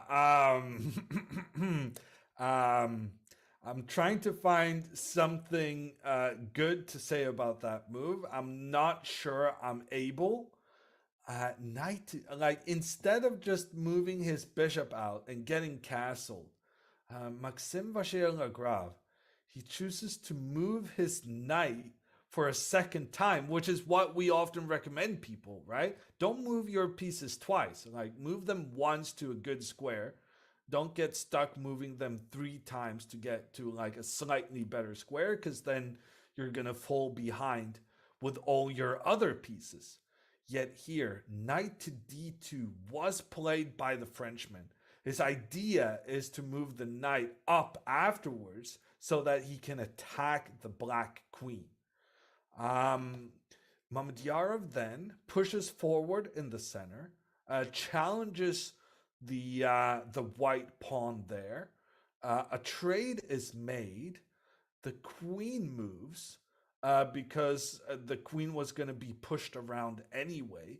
So the queen wants to get into a position where it can actually give a check in towards the white king. And that actually scared Maxim straight, because now he went bishop e2, and now he started being concerned about his king's safety, and now he started thinking, I better get my king away from here. Yeah, so c5, it was a very natural move by black, right? The idea was the d4 pawn was giving white a space advantage. And given that e5 was probably a bit dubious because of knight c4, you might have problems with that pawn. A c5 made a lot of sense to me. And did you mention, Yoon, that the bishop couldn't really capture because of knight b3? No, but we can talk about that if you want to. Yeah, just I think it's an important little detail, because actually capturing with the queen seems strange when you have an option to develop a piece and recapture, but there is this issue that you would be losing the pair of bishops to the fork. So that explains why Mamedyarov captured with the queen instead. And white played bishop e2, both sides developing, bishop e7, queen g3, and castles knight b3. I mean, these moves make sense, so we don't need to spend too much time explaining. Queen e5. Okay, so now this is our current position, and well, it's a pretty standard pawn structure in chess, with each side having this different pawn majority, right? And in some cases, the center pawn majority is slightly preferable. In other cases, it's the smaller queenside majority that white has that is preferable for the end game. This, I think, is a completely normal position for black, because actually black is often getting these positions, Yoon, with the bishop still stuck like on c8, right? And he still has to develop it and equalize. Yeah, to me it just seems like, honestly, black is better. And that's partially because white cannot castle right now. If Maxim castles here, then he has left his own bishop unprotected, and he's going to lose the game. So yeah, that's not going to be an option. But on the other hand, if he tries to avoid this by making the trade of queens Mamedyarov has just offered, then black's knight will get into a fantastic square in the center of the board. And black is the one with the superior development, potential also for moving the knight further up the board into the heart of white's position. This just seems very unpleasant. So that kind of makes me think,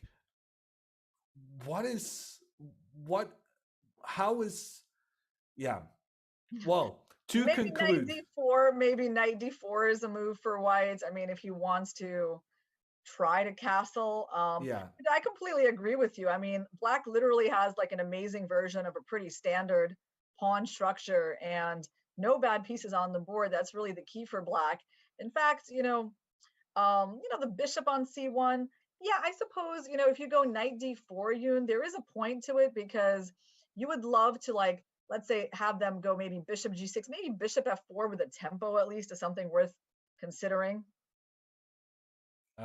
Yeah. So, well, what I was trying to get to was that I think black has a completely fine position, and that this has honestly been an opening failure for Vasiliy Graf. And yeah, he can get his bishop out and attack the black queen. But for instance, in this circumstance, that doesn't help him all that much, because when the queen moves, you still cannot castle, because you've made an unfortunate decision here with your pieces, allowing the black central pawn to step forward and attack a knight and a bishop at the same time. So yeah, an opening failure is what I would call it from Vasiliy Graf. And yeah, I think this is going to be a draw. I think Mamedyarov has played an excellent game. I think he has no problems.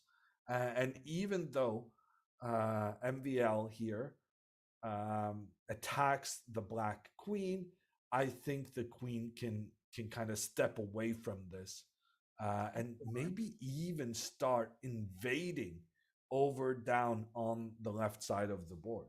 So yeah, I'm really liking what Mamedyarov has done here. Yeah, wow. It's amazing how it's so difficult for white even to castle in this position. He still has to do some work for that basic thing. But that's why you don't wait delayed castling for that long. Yeah, this knight d2 move that he played certainly didn't work out very well for him, and the knight is not too impressive on the b3 square, where it took a number of moves to get to. So maybe we can go, Yoon, to the game Rapport versus Deac, because that's the game we looked at the very beginning, and it develops in a more standard way. We can go back to the moment when Black played bishop b6. Yes, that's when we last saw it. And White played just simply bishop b2. There was no crazy f4 move stopping e5, and eventually Black did get the move e5 in. So bishop b2, knight d7. So do you think bishop b2 was a mistake in that you didn't kind of prevent Black's plan? Yeah, I think it's hard to say if it's a mistake. It's just a different approach, right? It's of course the move itself looks completely normal, and in a way, it's maybe stopped Black's plan for a move, Yoon, right? Because Black did not go e5 immediately, because White would capture, and after queen takes, there would be probably quite an annoying knight a4 attack, taking off the bishop on b6 from the board. So he did delay the move e5 by one move by putting the bishop on b2, and that is why Black played knight bd7. White played knight g3. So yes, he had another chance to play f4, but he went for this move. This one makes sense to me because, in the case of e5, the knight will have a potential square on f5. There's also knight e4 ideas. And Deac played rook d8. So he's holding off on this e5 advance. Bishop c4. Well, I like that. I'm all for development. And I especially like development on that diagonal, Yoon, so that when Black does play e5, the bishop is going to open up. And this is the position on the board. Black did play e5. And White has lots of things to think about here. I mean, one thing I think he's not going to be thinking about probably too much is the move pawn takes e5, because Black seems quite well prepared for that, right? With knight takes, and it's not the first time we're seeing a powerful knight on e5 in the last 5 minutes of commentary, right? So we need to not help our opponent's pieces get activated. So knight f5 is the critical move, at least at first glance, right? Attacking the queen. And where is she going to pull back to? I guess c7, right? Or f8, or, well, there are not that many options here. F8 is not so bad, maybe. Yeah. The problem with chess is that even though you only have like two good options to consider, as long as you have more than one option, a chess player is able to spend more than 30 minutes contemplating the differences in those choices.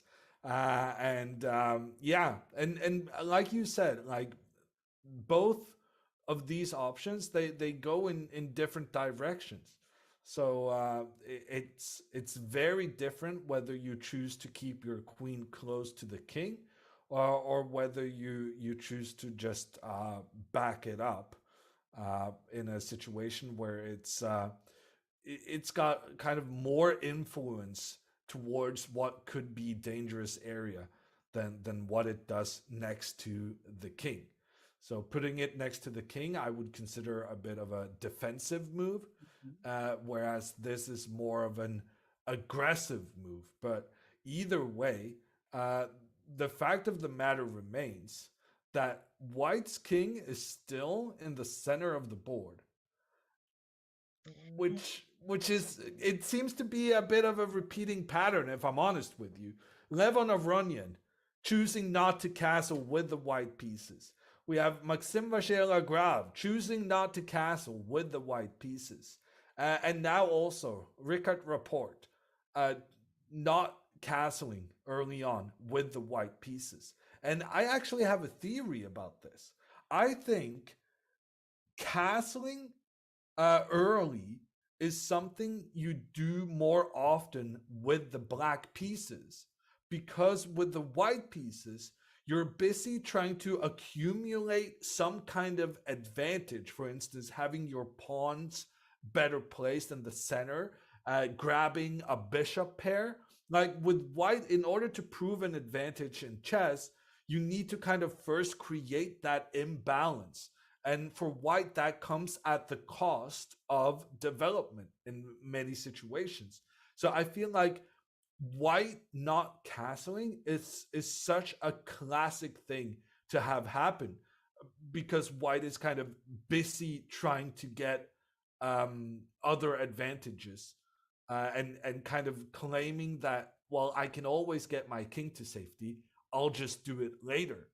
And sometimes you end up never doing it, and it comes back to bite you. Yeah, so I think in this position, white is actually going to have to make a decision about where to move this knight on c3, because the aggressive looking knight f5 doesn't produce very much, and the knight can even be kind of vulnerable there to an attack by the c8 bishop. So the knight on c3 can go to either a4 or to e2. And, knight e2 is like a conservative move. It makes a lot of sense because we just got to protect the d4 pawn. And we want to open up the beautiful dark squared bishop on the diagonal. And by the way, starting to threaten the move pawn takes e5, which would win us some material if we had a chance to do it. So I think this solid move is the most likely option, but he can, of course, take a look at the move, knight a4 as well. And the idea of this move is that if they take on d4, you're going to throw in an intermediate capture on, well, I was thinking we would throw it in, maybe we throw in an intermediate capture on an intermediate move on f5, knight f5 and knight takes d4 is an option, because unfortunately, if you take the bishop on b6, knight takes b6 seems to be a bit problematic, hitting our bishop on c4, and we never really have time to recapture on d4. So on knight a4, pawn d4, like how do we even make this work for white, Yoon? Yeah, it seems like maybe knight a4 is just not a good move because of that problem with, well, capturing the black bishop wasn't all that of a good idea, considering that black just immediately comes in with the counter threat on white's bishop. And then, you're not going to have that chance to recapture in the center, and black is going to be up a pawn. So yeah, you got to be careful here. But what I'm noticing is that none of your plans involve the king getting out. So like right now, Rickard Rapport, he's faced with some very direct problems, with all the black pieces pointing in towards the pawn on d4. And he has to deal with that before getting his king to safety. So he's still one or two moves out from solving that king situation. And that's going to give Deac the choice of, or the possibility of creating even more pressure in the middle as the king kind of hustles to get away. So yeah, I think that's been it's been weird how so many games today involve white not castling, and right now it's not looking good for those uncastled kings. Levon Aronian taking an early hit from the evaluation bar, not condoning his choice to move the king into the middle early on. Maxime Vachier-Lagrave has gotten nothing from his white opening. And so a victory today for everyone who promotes and who are good at getting their king castled early. Yeah, I mean, I do find out of all the positions we have today, the one in front of us is one of the most fascinating in terms of like how much room there is for it to develop in kind of unpredictable ways. For example, after knight c e2, black can try this flexible move bishop c7.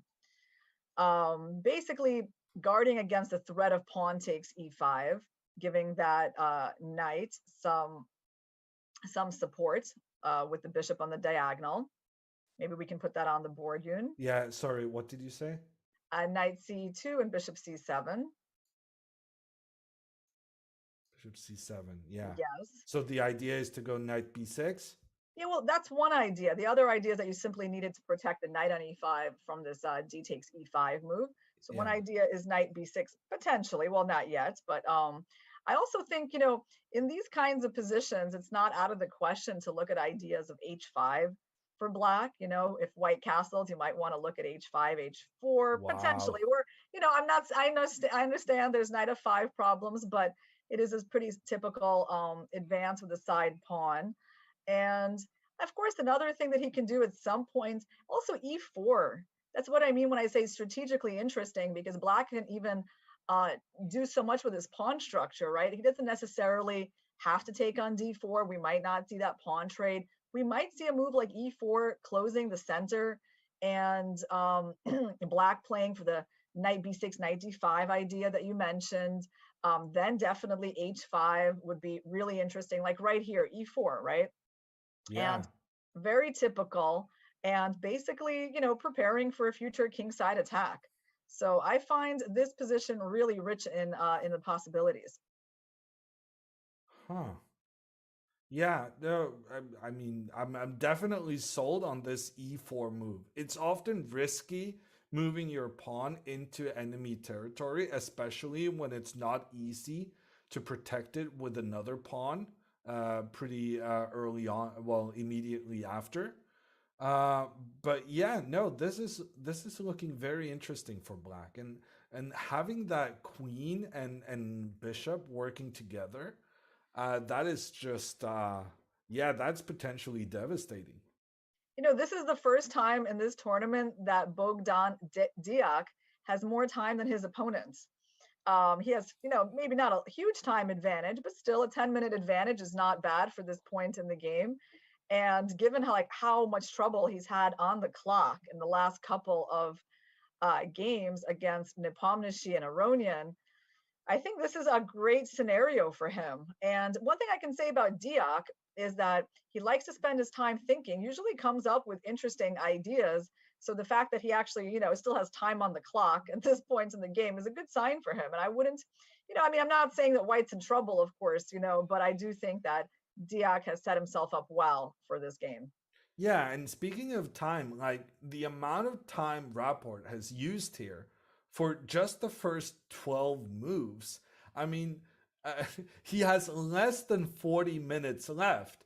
And usually when you're at that stage, you should have made 20 moves. So this could be a real time scramble and very exciting to watch in that third hour of play. Yeah. So what other game do we I mean, as we choose the games, maybe we can do the bird's eye view of the games. I mean, Aronian is still thinking. I mean, he's been thinking forever. So there's been no update since Firouzja took that pawn on a4. And how much time does he have on the clock? Wow, he doesn't have much time at all. He's got 35 minutes, so he's like half an hour behind on the clock. And I was thinking we could do like the birds cam so we can see all of the birds, all of the birds, yeah, all of the birds playing chess. And Caruana. So actually, maybe we should visit that game because that's had at least a couple of moves of development here. Yeah, and last time we were in this game, Caruana had castled early on with the white pieces, which at this point is pretty sensational in itself.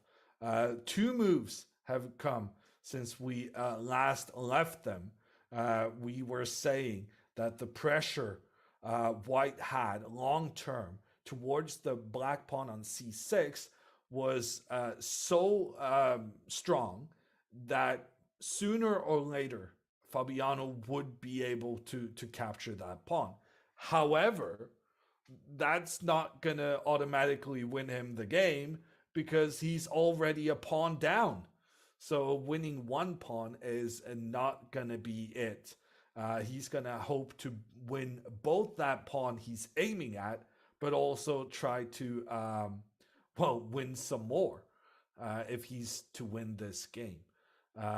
Wesley, on his previous move, he opened up the threat between the bishops. And instead of making the trade, Fabiano, he developed his knight, and in doing so also opened up protection for the bishop from the queen.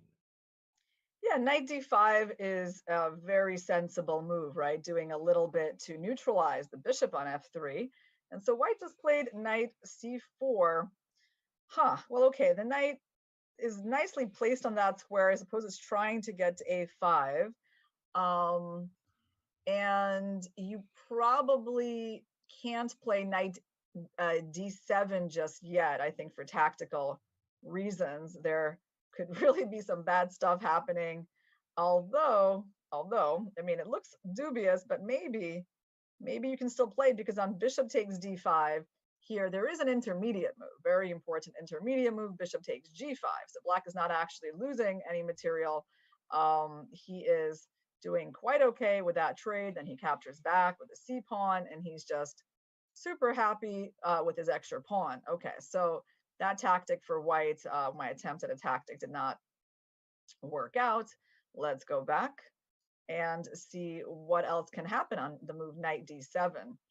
I mean, there is the move bishop takes e7, pulling the knight back. But, what does white exactly do in this position? Queen can come out, the knight will come back. I mean, it still feels pretty solid for black. What do you think, Yoon? Yeah, I agree. It feels okay for black, and not to mention the fact that he's up a pawn.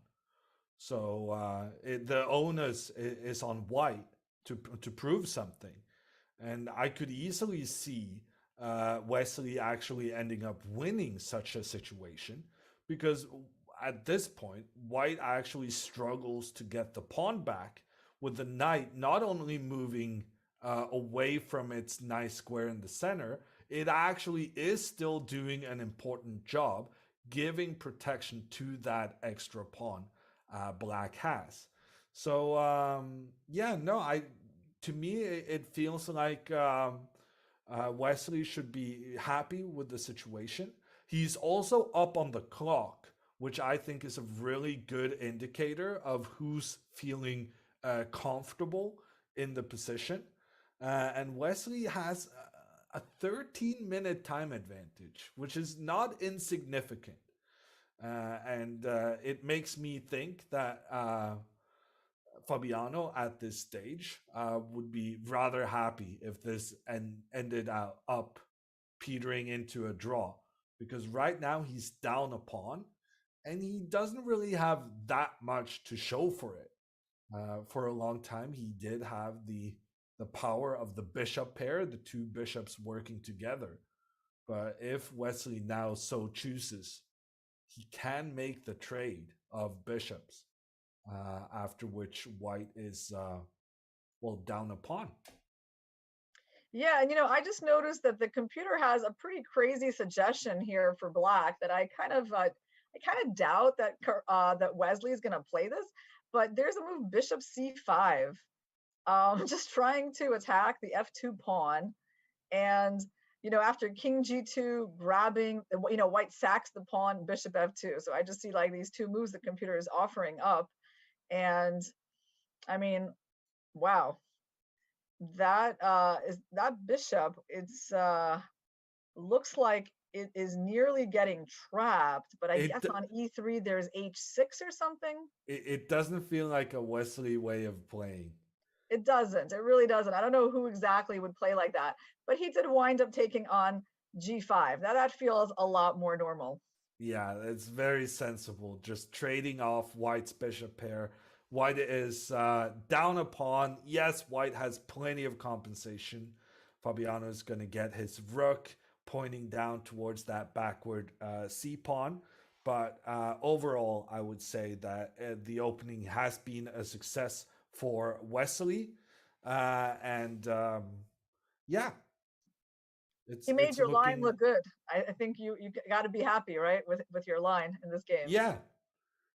So Wesley with the black pieces played a line against the Catalan I have played previously, and it's looking good.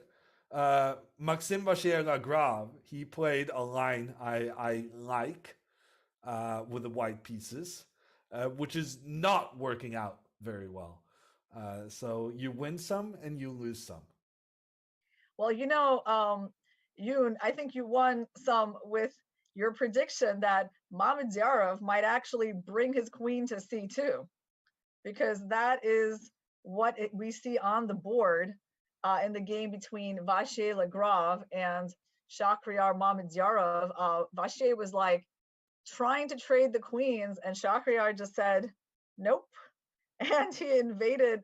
Oh, okay. Well, he invaded, and are they repeating the moves or something? Is that what's going on? It does appear so. The queen to f3, trying to make the trade of queens. Black coming in with their queen, making threats on the pawn on b2. But it turns out that pawn did not need to be protected. Instead, Vachier-Lagrave, he moves his bishop back, attacks the queen. If the queen now were to capture the pawn on b2, that would be a terrible mistake, because then the other white bishop would retreat to its initial square. The only problem being that, yes, even though the white bishops are moving backwards, they're making some very nice threats forwards. And here the black queen is trapped. And so Mamedyarov could not do this. Instead, he chose to get his queen back into the center of the board, after which Vachier-Lagrave, he once again protected his king, moving the bishop in between, and Mamedyarov going for that repetition. This game is going to be over in 5 minutes or less, would be my prediction right now. They're going to repeat moves. And as we were saying, an opening failure for the Frenchman. He just didn't get anything out of this Caruana line. Yeah, I agree. And yeah, unfortunately for Mamedyarov, this queen c2 move is not as aggressive as it seems at first glance, allowing white to kind of repeat the position. Just about his tournament so far, I mean, now that he's played 3 games, we at least get some kind of impression. And really, this tournament is going in not a very spectacular way for Vachier. Like, it doesn't feel like, even just the way the games are going, there's not much of an impact, right? Like, in terms of being, that interesting to look at. And that's a bit unusual for him, I would say. I mean, he's definitely one of the most aggressive, exciting players. And so for him to play 3 games and kind of not get much attention, from the commentary team, I think is a surprise. So I don't know. I mean, I understand he made an easy draw with Wesley So with the black pieces. That's a good result. But in his 2 games with white, he hasn't been able to put much pressure on his opponents. And you're right. Like, this game is, I think it's fair to describe it as like an opening failure. Yeah, and it's going to be over now with Vachier-Lagrave moving his bishop back. It's 3 times the same position, and that means a draw has been declared. And with that result, the first one of the day, I feel like that's a logical moment to take a little commercial break. And we will be back with more action from the Superbet Chess Classic, a part of the Grand Chess Tour.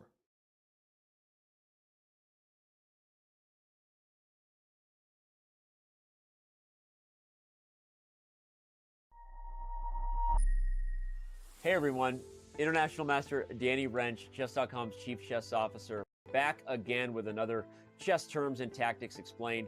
Today's tactic is the pin, which is an immobilizing tactic, a tactic that restricts and, as you can kind of see, holds the enemy pieces down so that you might bring more firepower to them, hopefully win material down the road.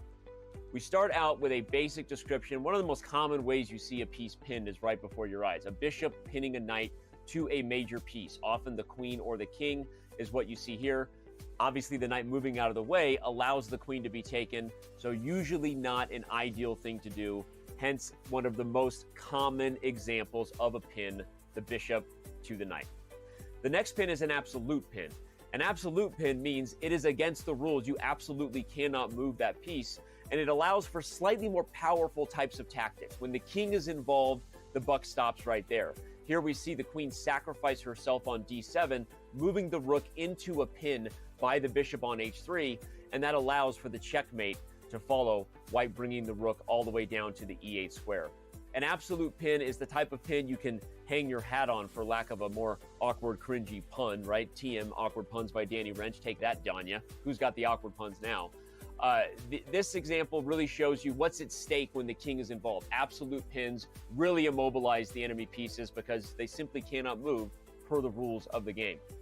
Our next relative pin is also just designed to show that while the knight can legally move, probably not something you want to do because the queen will hang. Okay, and with that last description, we're going to jump over to our real game example, this taken from the World Chess Championship match between Alexander Aljohan and Jose Raul Capablanca long ago. This is one of the most amazing and one of my favorite examples of the power of a pin. It started with the move f4. Really a nice move to put the black queen on an even worse square than whence she stood on the centralized e5 point. With the queen completely out of the way and no chance you could ever move this rook and safeguard the lady, white now eliminates the knight on e4 and spends every move from here on out preparing to bring the rook to gang up on the relative pin. Now, why can't white do that right away? Bringing the rook to c1 would allow black to take with check, as the only thing that's more valuable perhaps than a hanging queen is a hanging king. White would have to take back, and Aljohan would have gained absolutely nothing for the pin. So instead, Aljohan plays the brilliant king f2, getting the king off of the checking square. Only then, after protecting the threat of a check on h4 with g3, does white bring the rook to c1 and ultimately see his opponent, Jose Raul Capablanca, resign. Hope you're enjoying the Chess Explained Terms breakdown. Hope you're enjoying the broadcast and the show that you're watching right now.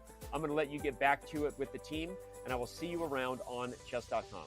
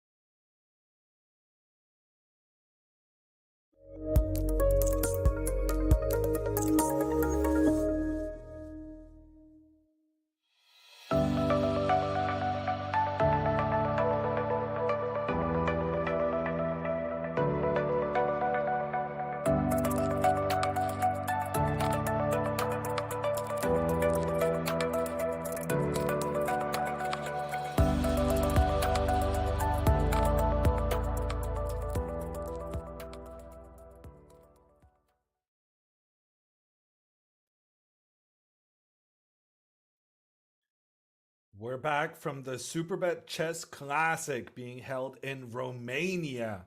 I'm Jon Ludwig Hammer. I'm joined by Irina Krush. And this tournament, part of the Grand Chess Tour, has had its first result of the day.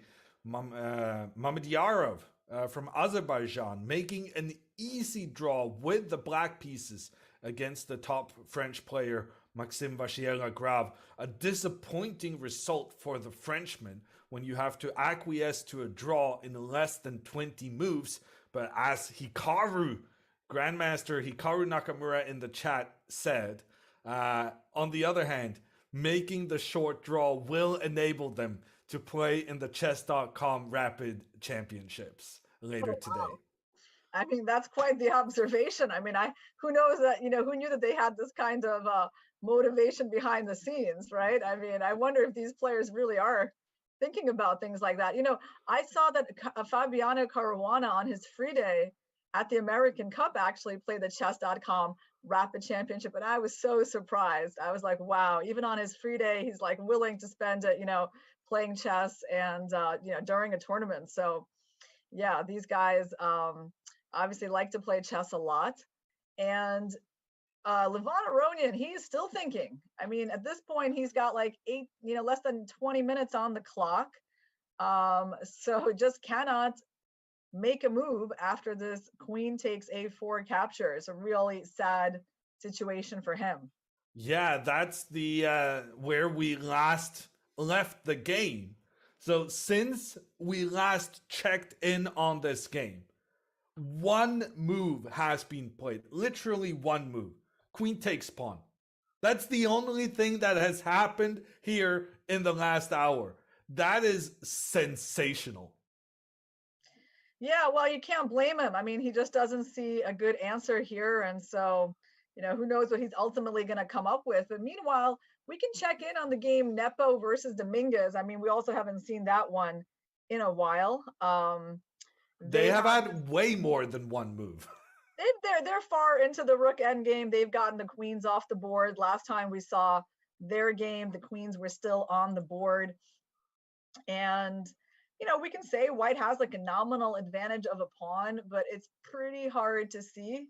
I was just gonna take everyone through the moves we missed. With the last time we were here, there was the pressure on the c2 pawn. That pressure was solved easily with the queen coming to the pawn's defense. And since then, it's just been about trying to improve the positioning of the pieces. And you would think that Jan Nepomniachtchi was very happy here when he put the queens up against each other and got that trade of queens. Because like the more trades you make, normally the closer you are to victory when you're up a pawn. But the problem is the black rook coming into the heart of white's position, causing some kind of trouble. But even with that trouble, the white king was able to join in, force the black rook back, and then the white rook was able to find a more of an attacking position going up against one of the black pawns. So to me, it just feels like Dominguez is still down a pawn, and being down a pawn is supposed to be a rather significant disadvantage. But here he has his king up in the middle, and he's got some stuff going on. Yeah, so let me tell you a couple of sensational things about this game. First of all, Dominguez has 10 minutes left versus like an hour and 19 from Nepomniachtchi.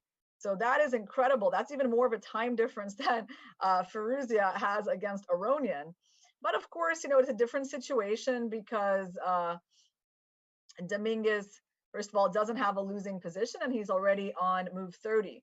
The second sensational thing here is that black has seemingly, he stepped into a rook trade, which you're not supposed to do when you're down a pawn. And the question is, what happens if white does enter this pawn endgame? Why is black prepared to enter it? And so it's kind of a cool little detail that after the rook trade, right, seems like everything is very safe for white, and he can go king e3 and pawn f4 and just advance the pawn. But black has this idea with a5, and he's really going to take advantage of white's doubled pawns on the queen side and prepare this breakthrough with b5 that is going to keep the white king tied down, right? So we know that pawn breakthroughs are a really big idea in the end game, guys, in order to clear the way for passed pawn to start moving. And is this b5 idea, which not quite yet necessarily a threat, because white's king is still able to go back from d2 to c1, but at some point white is just not going to be able to play king e4. Yeah, Because for of the instance, c5. like if white just makes a calm pawn move here on the side, it looks to me like you can just push up on creating that pawn break you were talking about. Or you're going to go Uh, king d5, right? You're not going to try to well, advance the pawn well, I can try to advance the pawn, a and bit. in Yeah. order to stop this pawn, white will have to retreat their king. And when the white king is forced back, then the black king is coming over to deal with the white pawn. And it turns out that having doubled pawns in pawn endgames is a big inconvenience, because pawn endgames, the idea there is to get new queens. Like you push your pawns and you try to get new queens. The problem with doubled pawns is that there's literally standing in the way of each other. And so these white pawns are just unable to do anything. Like we're just gonna see them going back and forth here with the black king.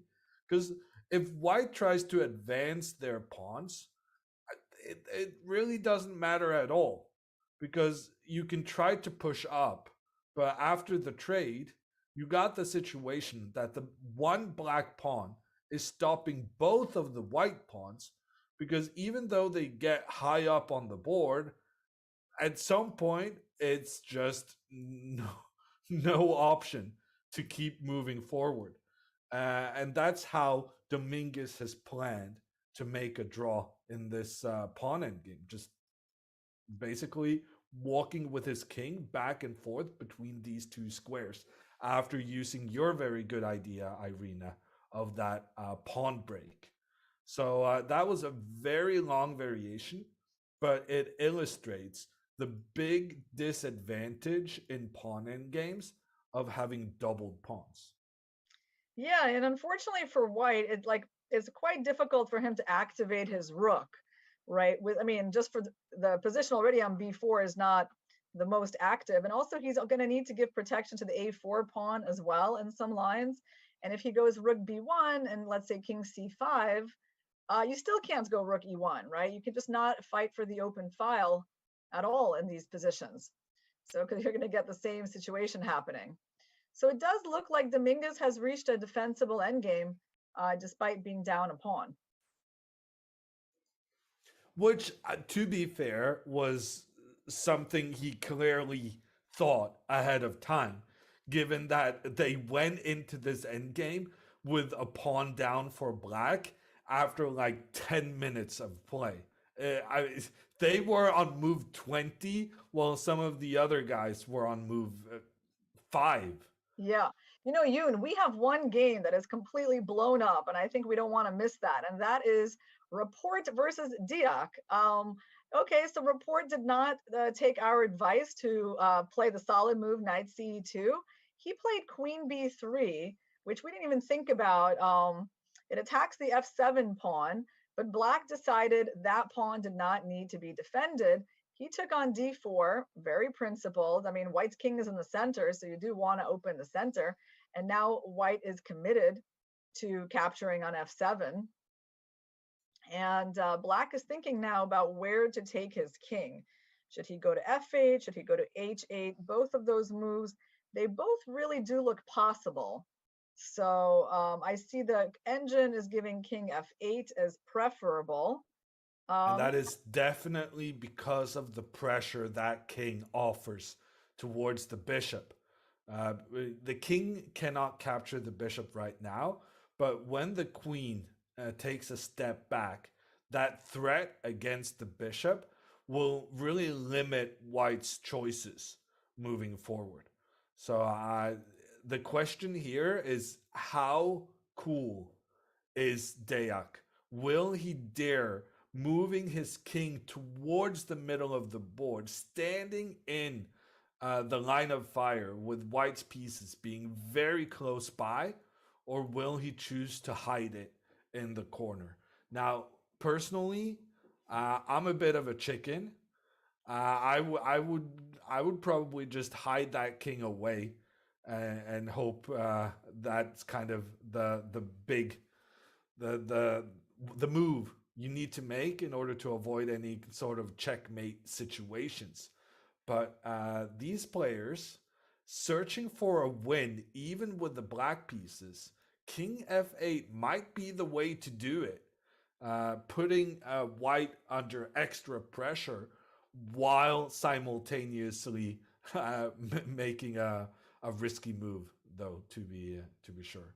Yeah, so I mean, the main point, as you said, is that on King F8, the problem is that white cannot capture the D4 pawn at all now because of that tactic with Queen E7 check, which leaves white, with a bit of a problem that his knight on C3 is under attack, and what to really do with that knight.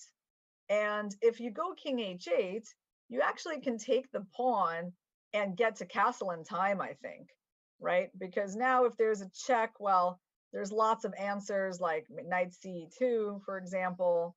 And I mean, okay, of course it looks fine for black, but at least white's going to get to castle in this position. So King F8 is a super ambitious move.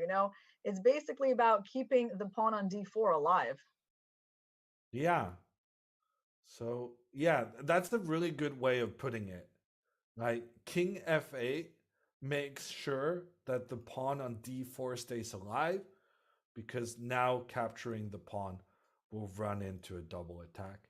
And I think at this moment we're gonna see like how big of a heart Deac has, because you have to be brave keeping your king in the center here, making that King F8 move.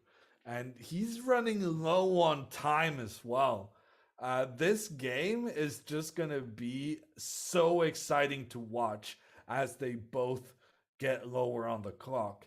Because, yeah, both kings are in some trouble, especially if Deac now plays king to F8. Yeah, I really hope he plays this move. And we can take a little look at how the game might go. So King F8, you have to move your knight. So knight CE4, Queen E7. And so where does that leave white? His bishop is hanging. His knight is hanging. It can get pretty crazy, right? Because there's knight G5 is an option, but then there's like so many moves for black, like knight E5. That's sort of an obvious one that look. I mean, we love the E5 square for the knight, right? We've landed it on the board in so many games today. So you're attacking F7. You're still at some point maybe interested in taking on E3. And that looks pretty good. So maybe knight G5 is not that good, but what else can white do there? Nothing. I mean, this is just I'm taking a look at the computer's suggestions, and basically the computer is saying that if Deac here goes King F8, the only move that has any chance of survival for Rapport is to play knight to E4. The only move that's acceptable. And after the queen goes back to make this double attack on white's pieces, the only move that's acceptable is knight to G5. And when the knight comes into the middle here, black making lots of threats, the engine says bishop to E6 is the only move that that can save white. So even though like the position is really unbalanced and there's definitely chances for both sides to win, the fact that it seems to be Rapport more than Deac that has these situations where he has to find the one accurate move and everything else is a complete disaster. That makes me think his position is for preference. But on the other hand, that's also dependent on him being bold and playing this king move to F8. So he's spending time here. He's only got 27 minutes left. Yeah, this is going to be a thriller. Yeah, I agree. You know what, the interesting thing is I really am not so satisfied with Rapport's decision with his queen b3 move, because even if like, obviously he knew the pawn on d4 could be taken, and even if he didn't properly evaluate king f8, and like certainly he knew the king was going to move somewhere, and even if you take the position after king h8, like what is he really hoping for white, right? Like, yes, the best he can do is capture back on d4 and kind of play with that isolated pawn. It doesn't seem like a super impressive position for white either, right? So I mean, he had that option of playing knight c2, call move, long game, and he went in for something, which exploded right away, but not really in his favor. I mean, he's the one with the king in the center. Yeah. Yeah, no, but that's what Rapport does, no? He takes incredible risks. He did the same thing yesterday against Mamedyarov. He kept his king in the middle of the board, and yeah, he did some pretty crazy stuff, opening up the situation, and he thrives in these positions. And I feel like I've seen interviews with the guy where he just says, chess I find is often quite boring. And Hmm. imagine having that kind of mentality that, oh, yeah, no, chess, it's a little bit boring. So I'll spice it up a little. Yeah. And he gets away with it.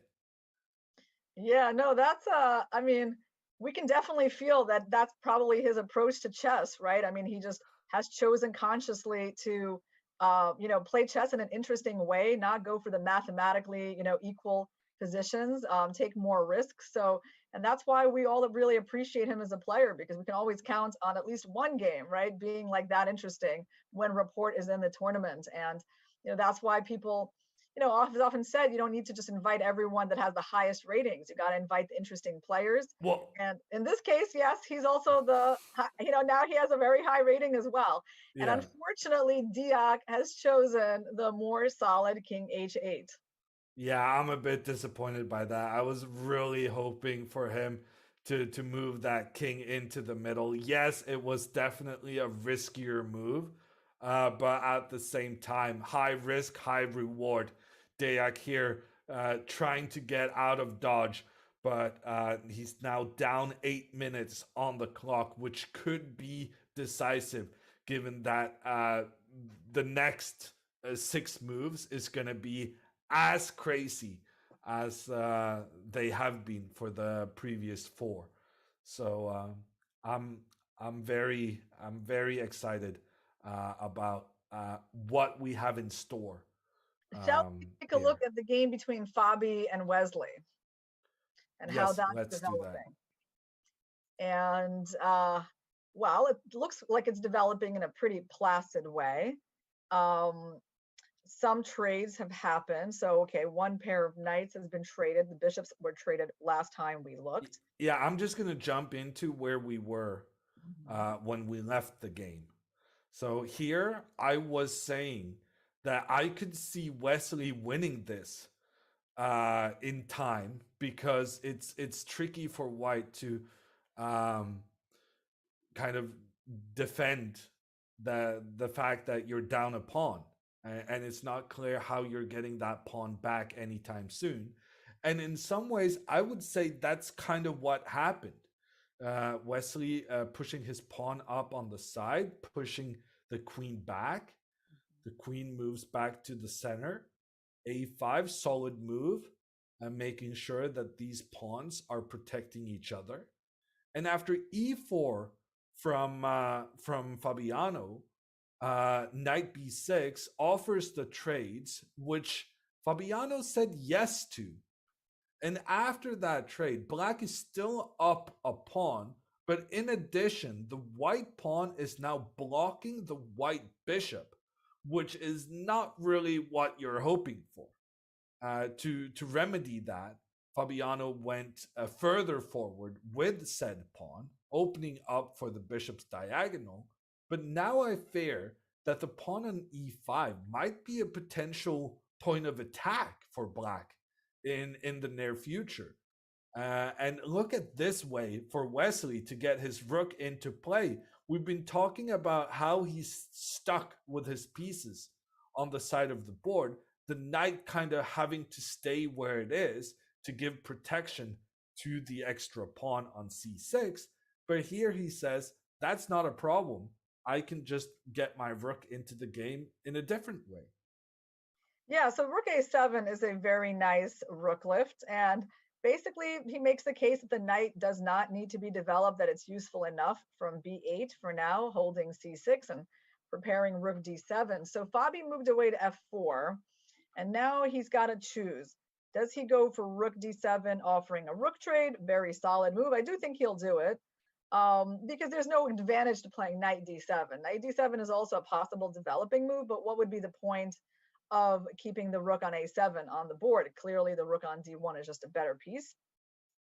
One thing I can say from a human point of view, I'm sure this move will not be approved by the engines, but there are ideas, I guess, in this position. If I was white, I would at least look in the direction of playing g4, g5, or maybe h4, g4, g5. But the problem is it just takes so long to organize that kind of kingside play. Yeah, and Fabiano is in serious danger here. He Wesley kind of snapped up a pawn early on in the game, and he's done a really good job of just managing to hold on to the pawn while getting trades. And right now, yeah, Fabiano is in trouble. There's no other way of putting it. So if rook takes d7, knight takes d7, let's take a look at that kind of obvious line. Rook d1. I was thinking that black might even just play knight c5 and head for another pawn on a4, because the nice point is that if you get pinned with queen d4, it doesn't really stop you from taking the pawn. Your knight protects the queen, and you're going to still be better in that endgame. You will lose the pawn on c6, but you're going to be up a pawn. So, and if you don't take on d7 to start with, and black just wants to go rook fd8 and trade off all the rooks and win the endgame.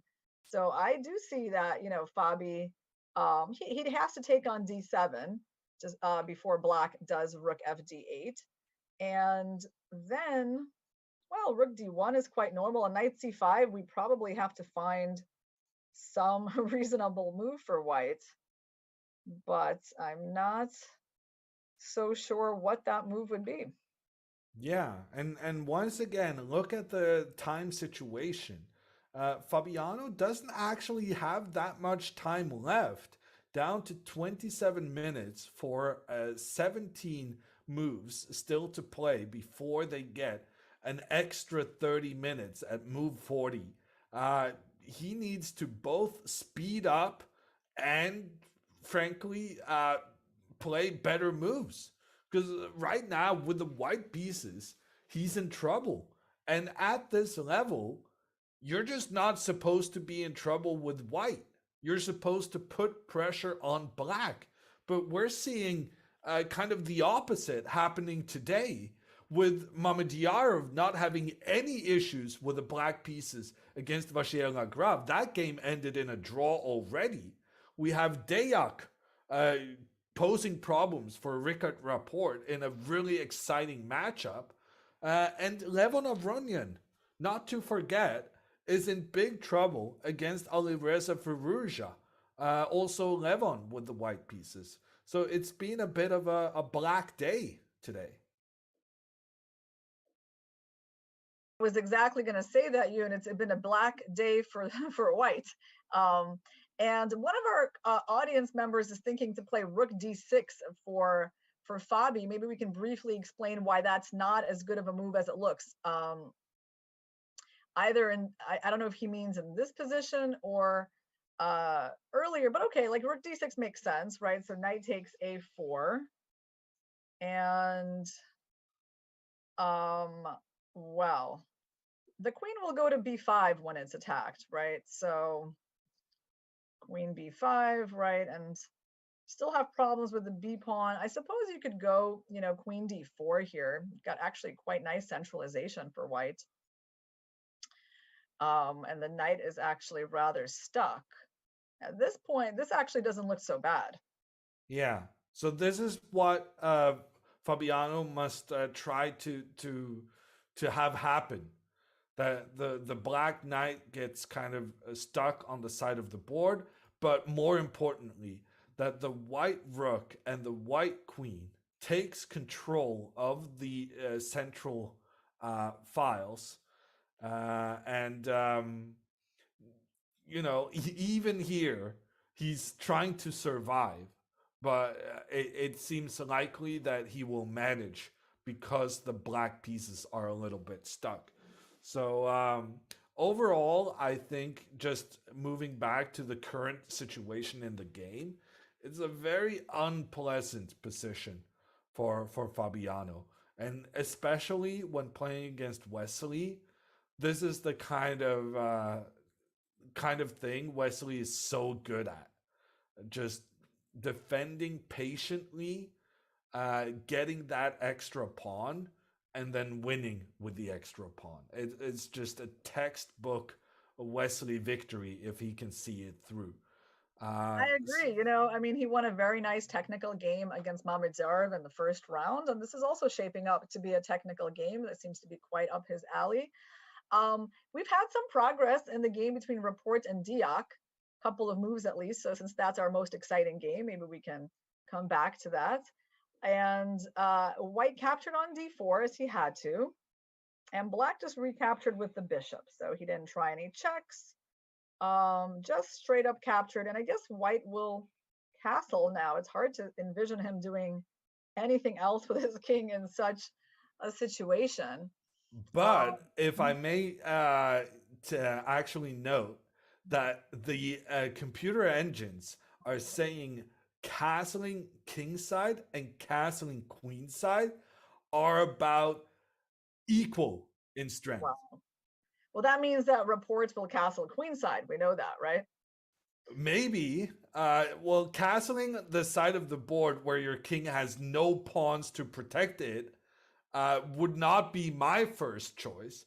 But the advantage of this is that the king gets out of the way, and at the same time, you get that pressure in towards the black pieces that are kind of lined up one after another on this d file. So castling queenside is in fact a very tricky move, and one I think Deac would struggle to answer with 100% accuracy, given that he only has 19 minutes left. So this game, it's gonna be a thrilling next hour.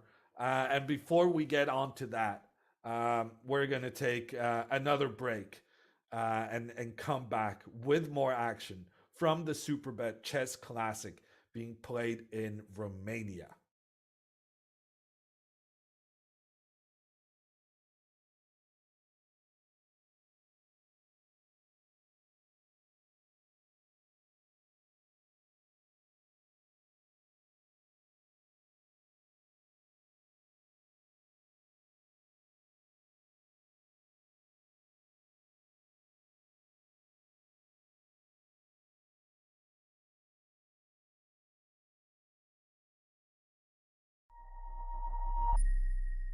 Hi, everybody. International Master Danny Wrench at your service. Once again, Chess.com's Chief Chess Officer, doing what they have me do now, explain more chess terms and tactics. On the docket for us today is the skewer. The skewer is one of the most forcing tactics in chess. It's an artillery tactic, if you will, because it blasts your opponent's pieces out of the way where they reluctantly have to allow you to capture whatever is waiting behind your attacking piece, or behind their defending piece, if you will. The skewer occurs on the straight lines of the chessboards only. It is a tactic that can occur on diagonals, ranks, and files only. Here we see a pretty simple example. A queen comes up to the diagonal, forcing the king out of the way to win the queen behind it. Again, I like this position because it shows you the difference clearly between a skewer and a pin. Whereas a pin has the less valuable piece in front of the more valuable piece, not able to move, immobilized as we described it in our pin video.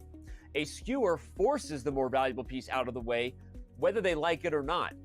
In this next example, we see that really clearly on the board. The bishop comes to the f3 square, the more valuable piece is attacked, reluctantly allowing the knight to be captured on b7.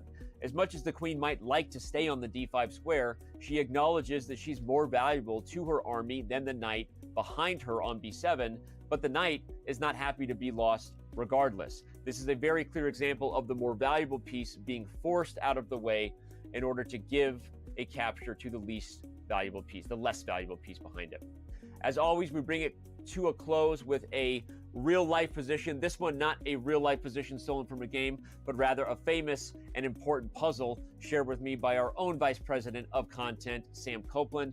This particular position really illustrates the geometry of the skewer because white is facing his own double attack. The rook on c5 and the checkmate threat on h8 are both problems. But with the move rook h5, exclamation point, we attract the rook, attraction tactic coming in a future video, to h5, so that we can then follow with rook a6 check, and no matter where the king goes to the 5th rank, the rook is lost to a skewer at the end of the line.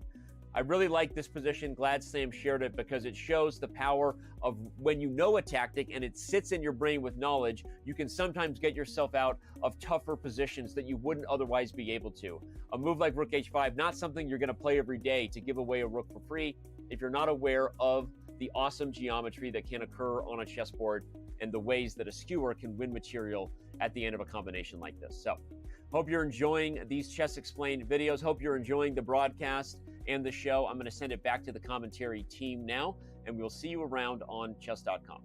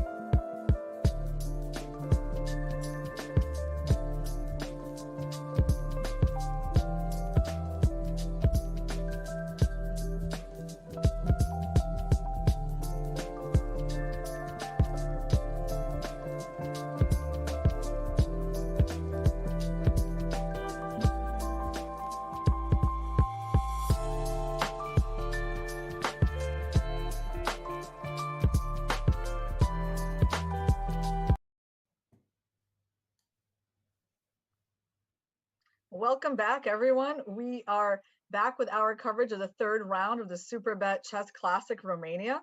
And before we go into these games, as they head into the time trouble phase, we're going to let you know about a cool event that is coming up shortly on chess.com. It's called the I'm Not a GM Speed Chess Championship is back. So it's the I Am Not a GM Speed Chess Championship. Really cool events that I've been following for a number of years, and it showcases a lot of really good players who happen to be just below the Grandmaster title. Catch some of the strongest masters compete in fast-paced chess, beginning with the first match featuring Levy Rosman, a very famous streamer, taking on CLG's woman Grandmaster Nemo Zhao on May 9th at 9 a.m. Pacific. Tune in for all the action right here on chess.com and visit go.chess.com/IMSCC 2022 for more info. And with that, we're returning to our games. And one more game has actually finished. And it is the game between Jan Nepomniachtchi and Leonid Dominguez. And this is where we saw this game when we left them last. Nepomniachtchi here did something I consider pretty clever. He pushed his pawn on the side of the board, provoking black into getting doubled pawns himself, and then making the attack against both the pawn on a5 and the pawn on c4 when Dominguez couldn't protect both of these pawns at the same time. Yeah, and Dominguez again relied on the concept of outside pass pawn. He decided to give up the c pawn and then offer a rook trade and saying, okay, again, I'm down a pawn, but my pawns are better. And also it's just quite hard for white to utilize the extra pawn on the king side, as he has a doubled pawn there as well. And even if you push up the pawn to f4, f5, it's not actually going anywhere. And even, you just basically can't use the g2 pawn at all. So that's the reason that he offered this rook trade, which Nepo declined. He played rook e4, king b5, f4, and a4. Okay, so he was starting to get some quite dangerous play with his But this was actually a really tricky spot for Dominguez, because remember, Nepomniachtchi, he was playing all his moves so quickly, whereas the American Grandmaster, he was down to just minutes on the clock at this stage, and he had to correctly assess this situation when the white rook came into the black position with the double attack, we actually kind of missed out on some drama here with Nepomniachtchi actually getting a second pawn, and now he has a passed pawn.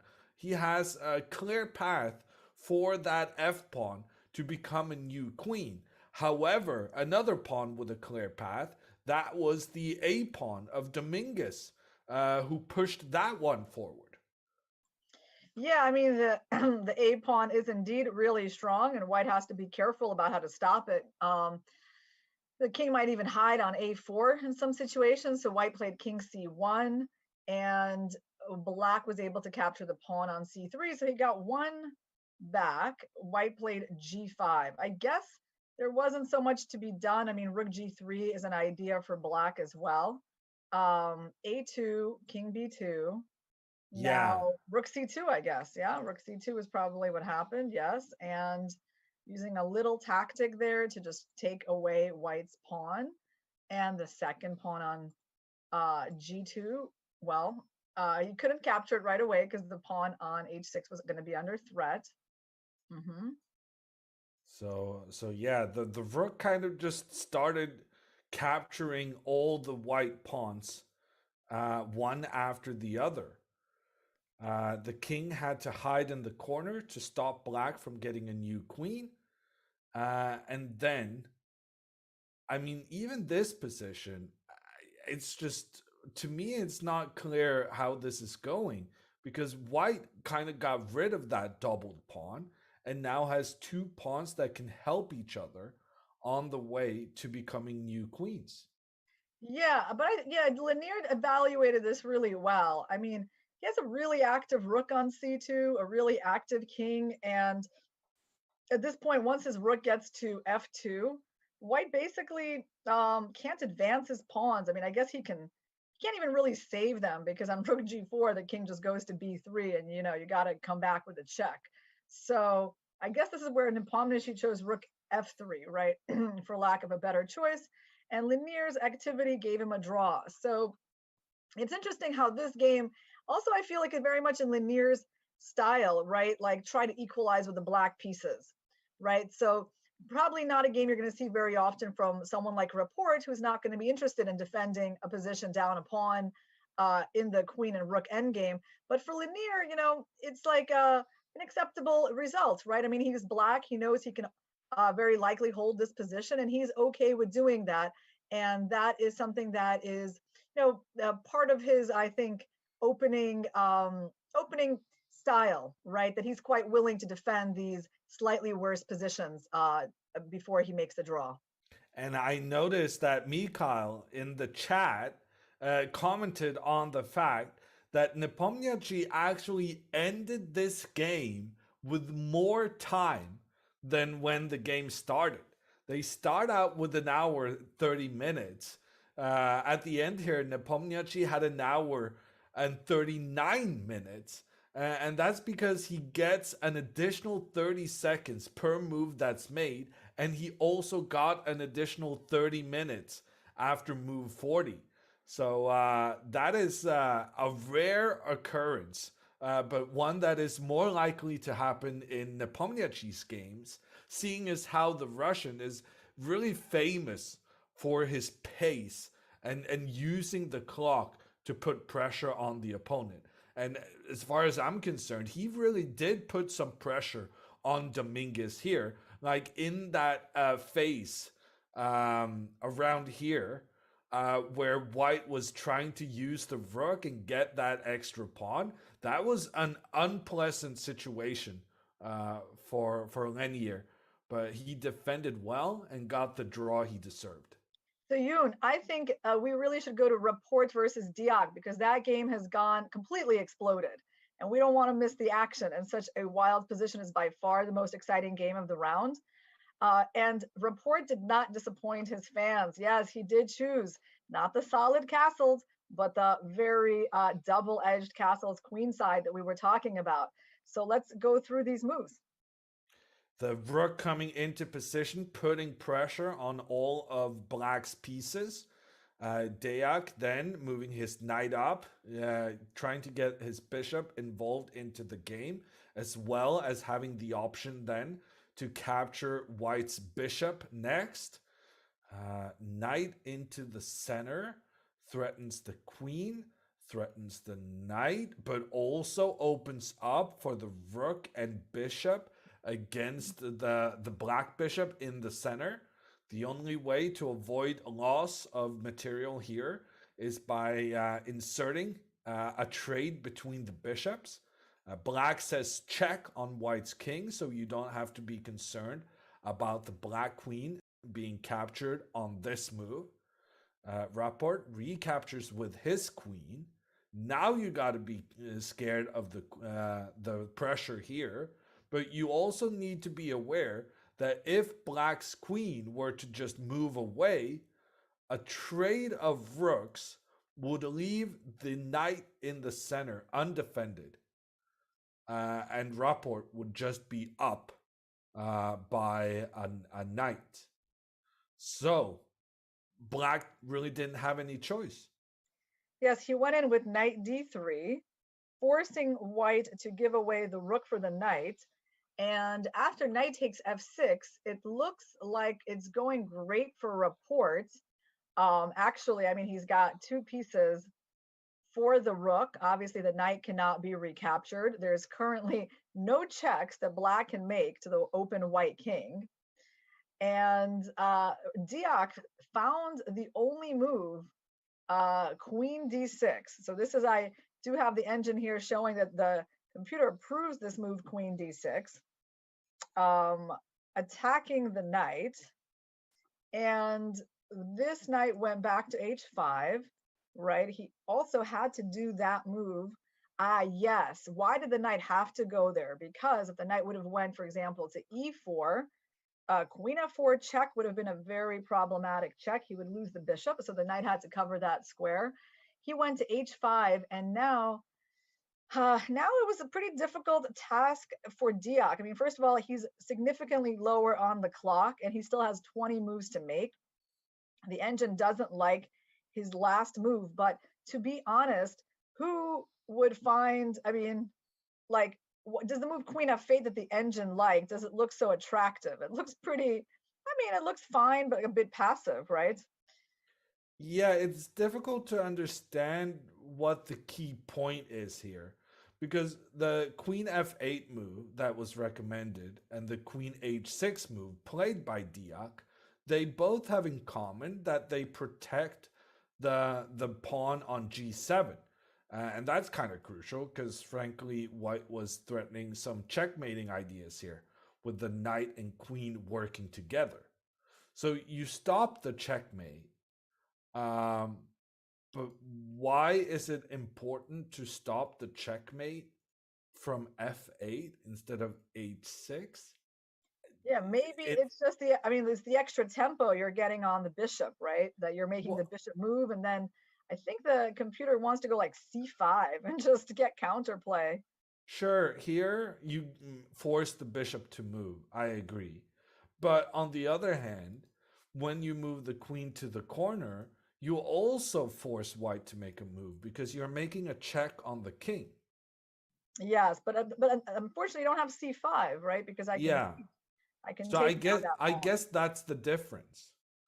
The difference here was that the queen needed to go back and attack the bishop because you needed to have the option of going c5 afterwards. And if there's a trade, then you're ready to get your queen up. But then the computer says queen takes to give a check on the king is a mistake. So like this is just a very confusing position to be in. And frankly, the reason for Deac to make a mistake here, it's not his fault, I would say. I would say it's Rapport's fault, or rather, instead of fault, I would say to his credit. Yes. Yeah. Can I interject here, Yoon?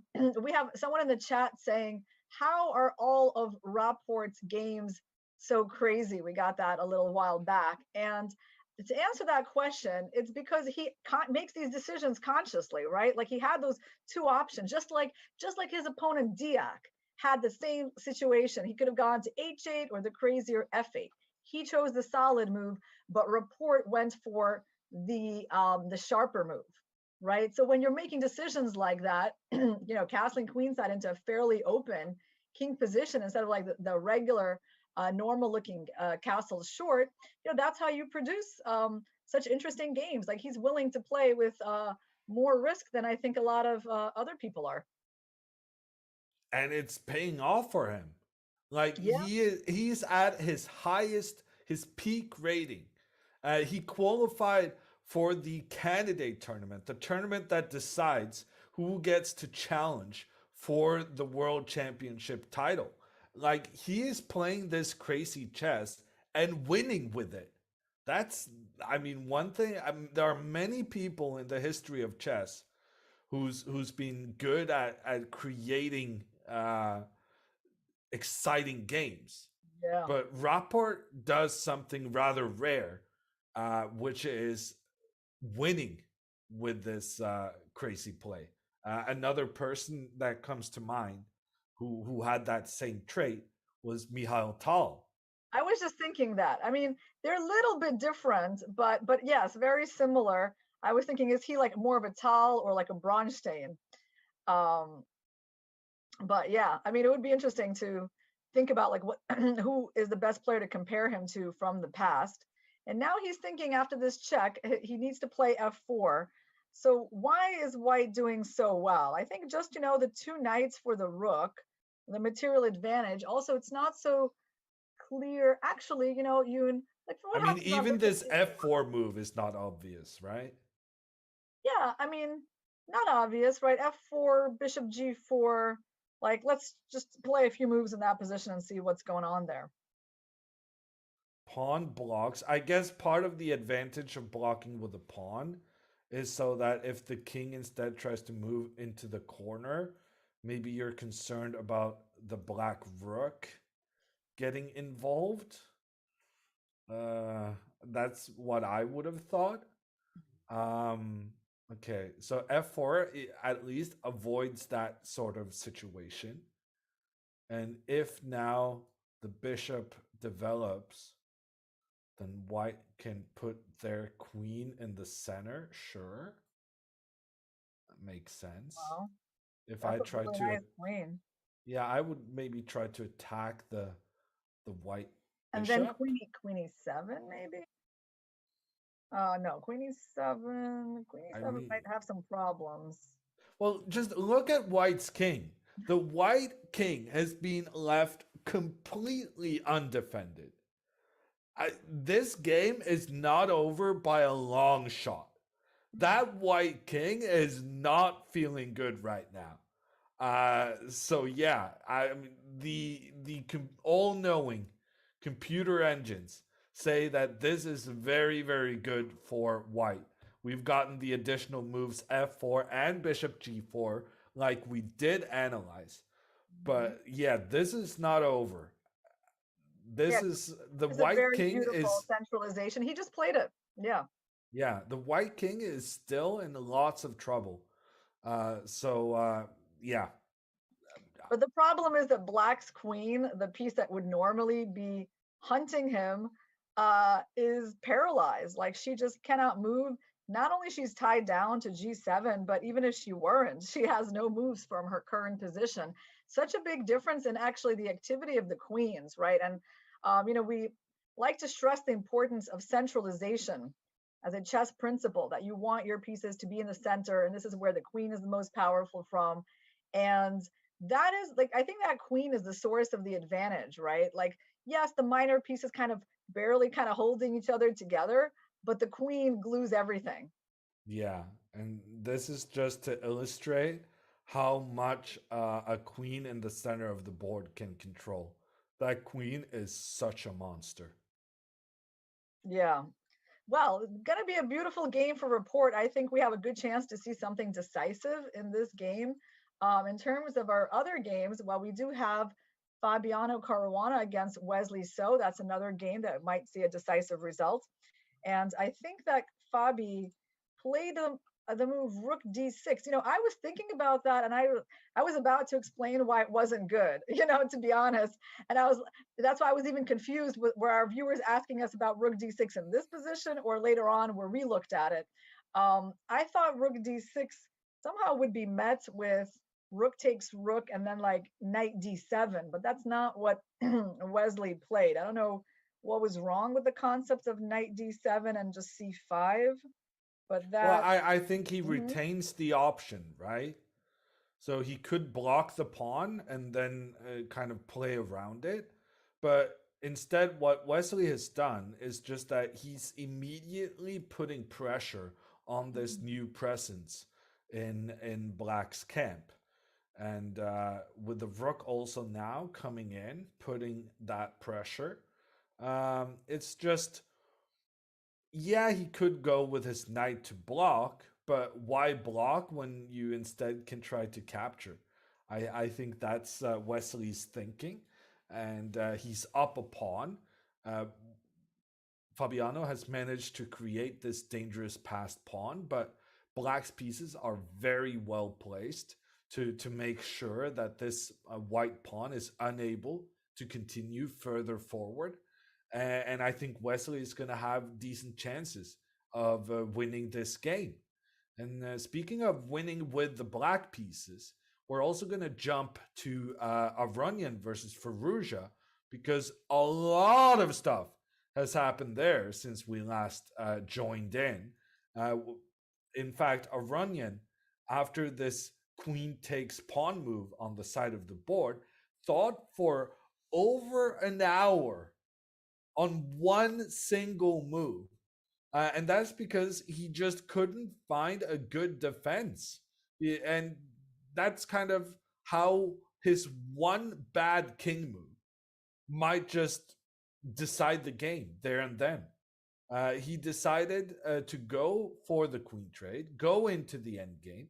And as we analyzed, the pawn move to establish this fork, the double attack on the knights, doesn't work this time because the knights would be able to get away, checking the king and also capturing the pawn on b3. So in avoiding that, Aronian went with his king back, but that just gave away the pawn on b2.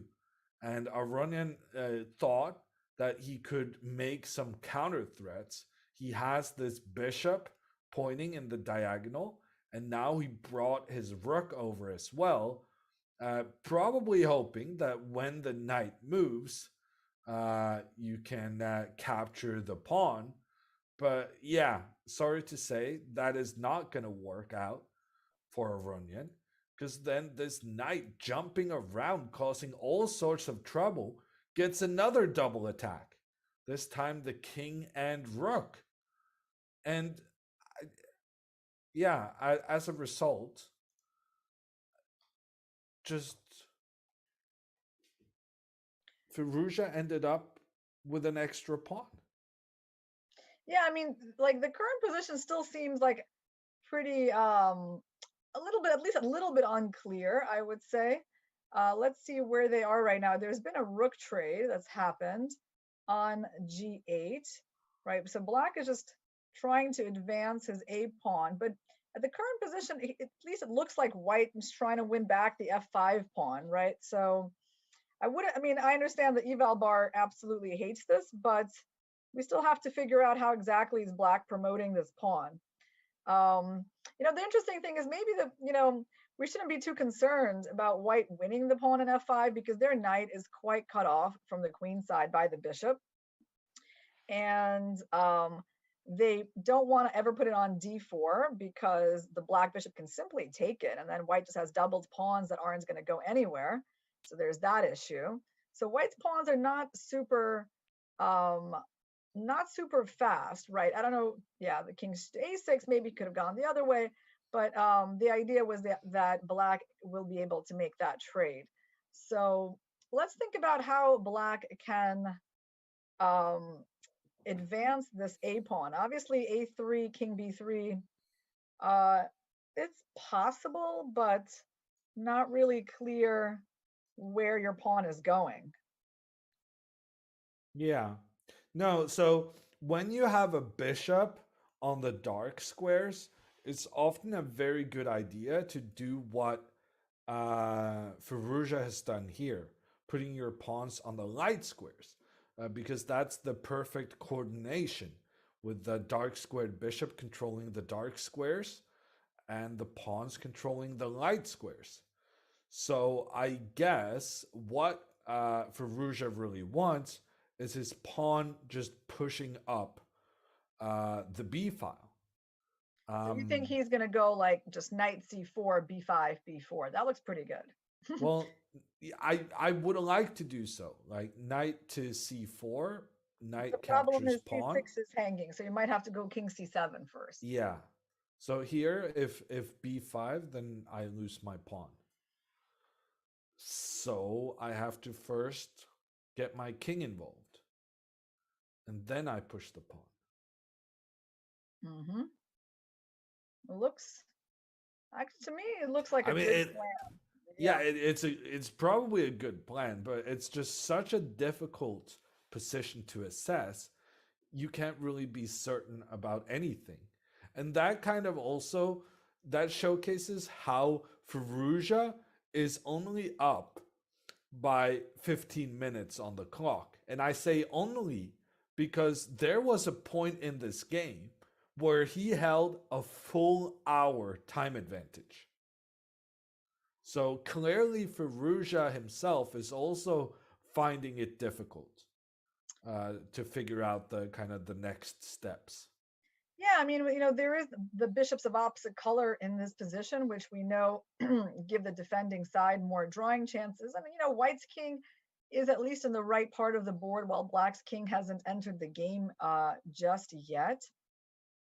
So I feel like this plan that we just looked at is certainly the most obvious approach, right? This just bring out the king, protect c6, and go for b5. So it's interesting that I don't know what the engine likes more here.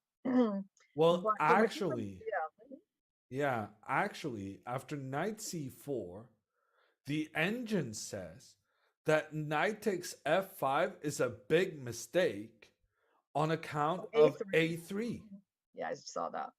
Because the only way to stop this pawn from just moving forward and becoming the new queen is by having the white king take control over this a2 square. But when you do that, then there is an option for the black knight to make the double attack on the king and on the bishop. Yeah, very reminiscent, right? Because that was the whole point of the earlier tactic in the game. So that's amazing that, again, this comes into play, that fork on d2. Yeah, so white will have to go bishop e2, and the knight will move. And the only way you're going to win the pawn in f5 is by going bishop d3. Yeah. So that is what is likely to happen on the board. So black will temporarily manage to defend the pawn, but white will come with the bishop and insist. And then I don't really know what's going to happen. I think it's such a tricky position to say anything definitive about. I mean, black can even consider here you in the move knight e4. I mean, I don't know how dumb that is, but I think it's at least considerable. The thing about endgames such as these, where both players are trying to get new queens on opposite sides of the board, is that computers are just different level at it. For a human to kind of having to calculate like 10 moves ahead on every single location, or rather more than 10 moves, which is what you're going to need to figure out how to get new queens on the side of the board, it's impossible. And actually, we did get a couple of moves on the board here. Knight to c4 has been played. The bishop is rerouted. The pawn on f5 still under attack. No way to defend it now. Will be captured by black. And something I've been wondering is this really a draw in the opposite colored bishop endgame?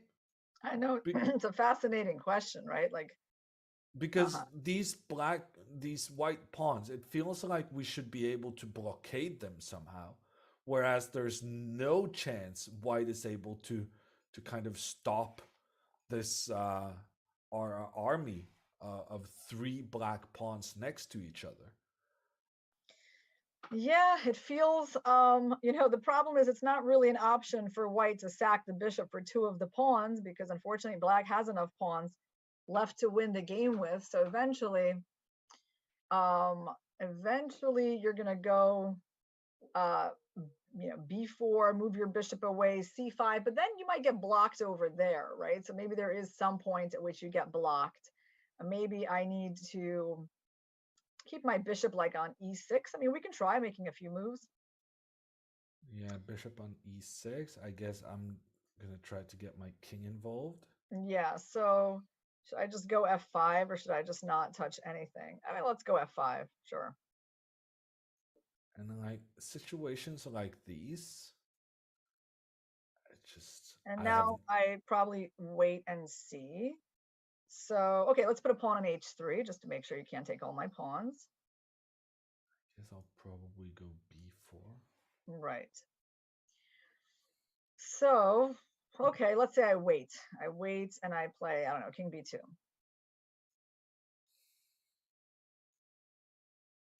Right. So now the only question is, can you get like a king to b4 and a pawn to c4? And Well, I only need the king to b4, right? right, that's right. That'll be enough for you. Okay. You only need to get the king to b4, which means you're already very close to winning. But still, okay, once you move away, maybe I have f6 or something. Yeah. The computers are saying that the white manages to make a draw here. King c3, right? I can go king c3, and it's not so easy for you to get your king to b4. Yeah. So the computers are saying there are many situations where white just by miracle holds a draw. But Instead, I think you went for my move, knight e4. yeah, instead Firouzja has played knight to e4, making the attack against the pawn on f2. And what he accomplishes by this threat is that in order to save his own pawn, Aronian has to make the trade bishop for knight. And afterwards, the pawn that was supposed to be dead somehow managed to get away from the white knight. And the white knight now has to take additional time to get back the pawn that white is currently down.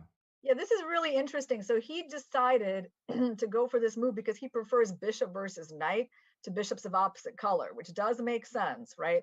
So there's not this blockade theme when it's just a knight on the board. And it looks like he's going to have to give up the pawn. There's no way to defend it. And at this point, we might just be seeing something like b5.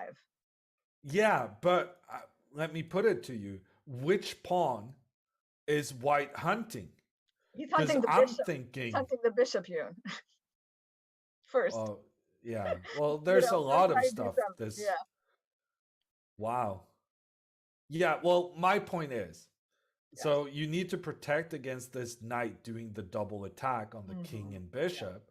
So you're probably going to get your king involved. King c7. Yes, I like that move. Yeah. But then I'm not going to take your pawn in the middle. I can take that one later. Instead, I'm going to take the one on the side of the board so that I get a direct route way out on the edge of the board for my pawn to become a new queen. Maybe b4.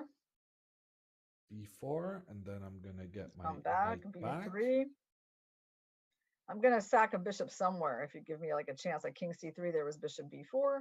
Okay, so now all I got to do, I just got to give you a check. But I also need to not blunder my bishop with like bishop f8 or something silly like that. Bishop e7 doesn't do anything. How do I get my bishop in? Hold on. Wait. Tricky. I mean, this position is just incredibly tricky. And look at the players have to calculate so far ahead in all of these different circumstances because it's a pawn race. And it's an inhuman I have an idea. exercise. I have an idea, Yoon. For that final position we were on, I do have an idea how black can try to make some progress. Let's put that on the board with knight f6, b5, knight f6, b4, all of that. Yes. We get into that final position. Knight h7, b4, come back with the knight, b3, king b2. And now I was thinking, how about bishop b4? And then just lead up the c pawn, just c5. Yeah. And then go c4 and a3. That's a very good plan. And apparently the only winning one. But yeah, because now the bishop beautifully dominates the knight. But even stuff like this is not completely obvious. No, it's not. Like I didn't see this move, and now we need to figure out how to refute it. Is it just? I mean, is it something? I mean, are you going into king and pawn endgames? Just like bishop e3 and c4? Is that what it's about? Takes c4. And now, in order to stop this pawn from just running away with it, white needs to go with the king back. And the computer was saying this is winning for black. For black, but now it changed its mind and says it's a draw. So like, I mean, even the computer doesn't understand what's going on here. Yeah. I cannot emphasize enough how difficult this endgame is. Even the computer thought this was winning for black and then changed its mind. Yeah. Wow. I mean, Aronian, he's a very resourceful player. That needs to be said. I remember watching him play at the American Cup. He saved a really hopeless position against Lanier Dominguez. I think he was down like a pawn or two in a queen endgame. Managed to save that, and I think if anyone can be counted on to kind of try at least to make this competitive, I think he's up to the task, and he is making it competitive. Well, he has done so already, right? And now we're getting to test the variation we explored. B5 is on the board. Knight F6 played. King C7 definitely going to be the next move from. Actually, Firouzja might be clever and go King B7 to avoid some of the forks. So, Yoon, this is fascinating, but let's go take a look at Rapport versus Deac. That game has seen a lot, and it looks like right now Deac is actually in a decent position. Let's try to make some sense of it. Yeah. So last time we left this game with the queen in the center of the board, really dominating for white. But Deac, he still had some hope because of the white king being very poorly protected. And in order to exploit this poorly protected king, he went a5, challenging the white pawn, trying to open up for the rook on the side of the board, getting more pieces into the attack. Rapport, he took that pawn to kind of avoid any opening up for the rook. And then Deac challenging the white bishop. The bishop then moved. The rook went back and forth. That's definitely something Deac was interested in. It was not something Rapport was interested in. So he used his rook to protect that bishop indirectly. Because if that bishop now is captured, white sacrifices their queen, but gets the checkmate on the bottom rank against the black king. So you can't capture the bishop just yet. But here's what Deac did that was so brilliant. King to g8. And now you're threatening to capture the bishop because your king can then escape afterwards. And in fact, this bishop, the square this bishop came from was f7, but now that square has been taken under control by black's king as well. So the white bishop is quite simply in trouble here. It's getting trapped. Yeah, no, it's an amazing, amazing turn of events, really. And King G8 is a brilliant move.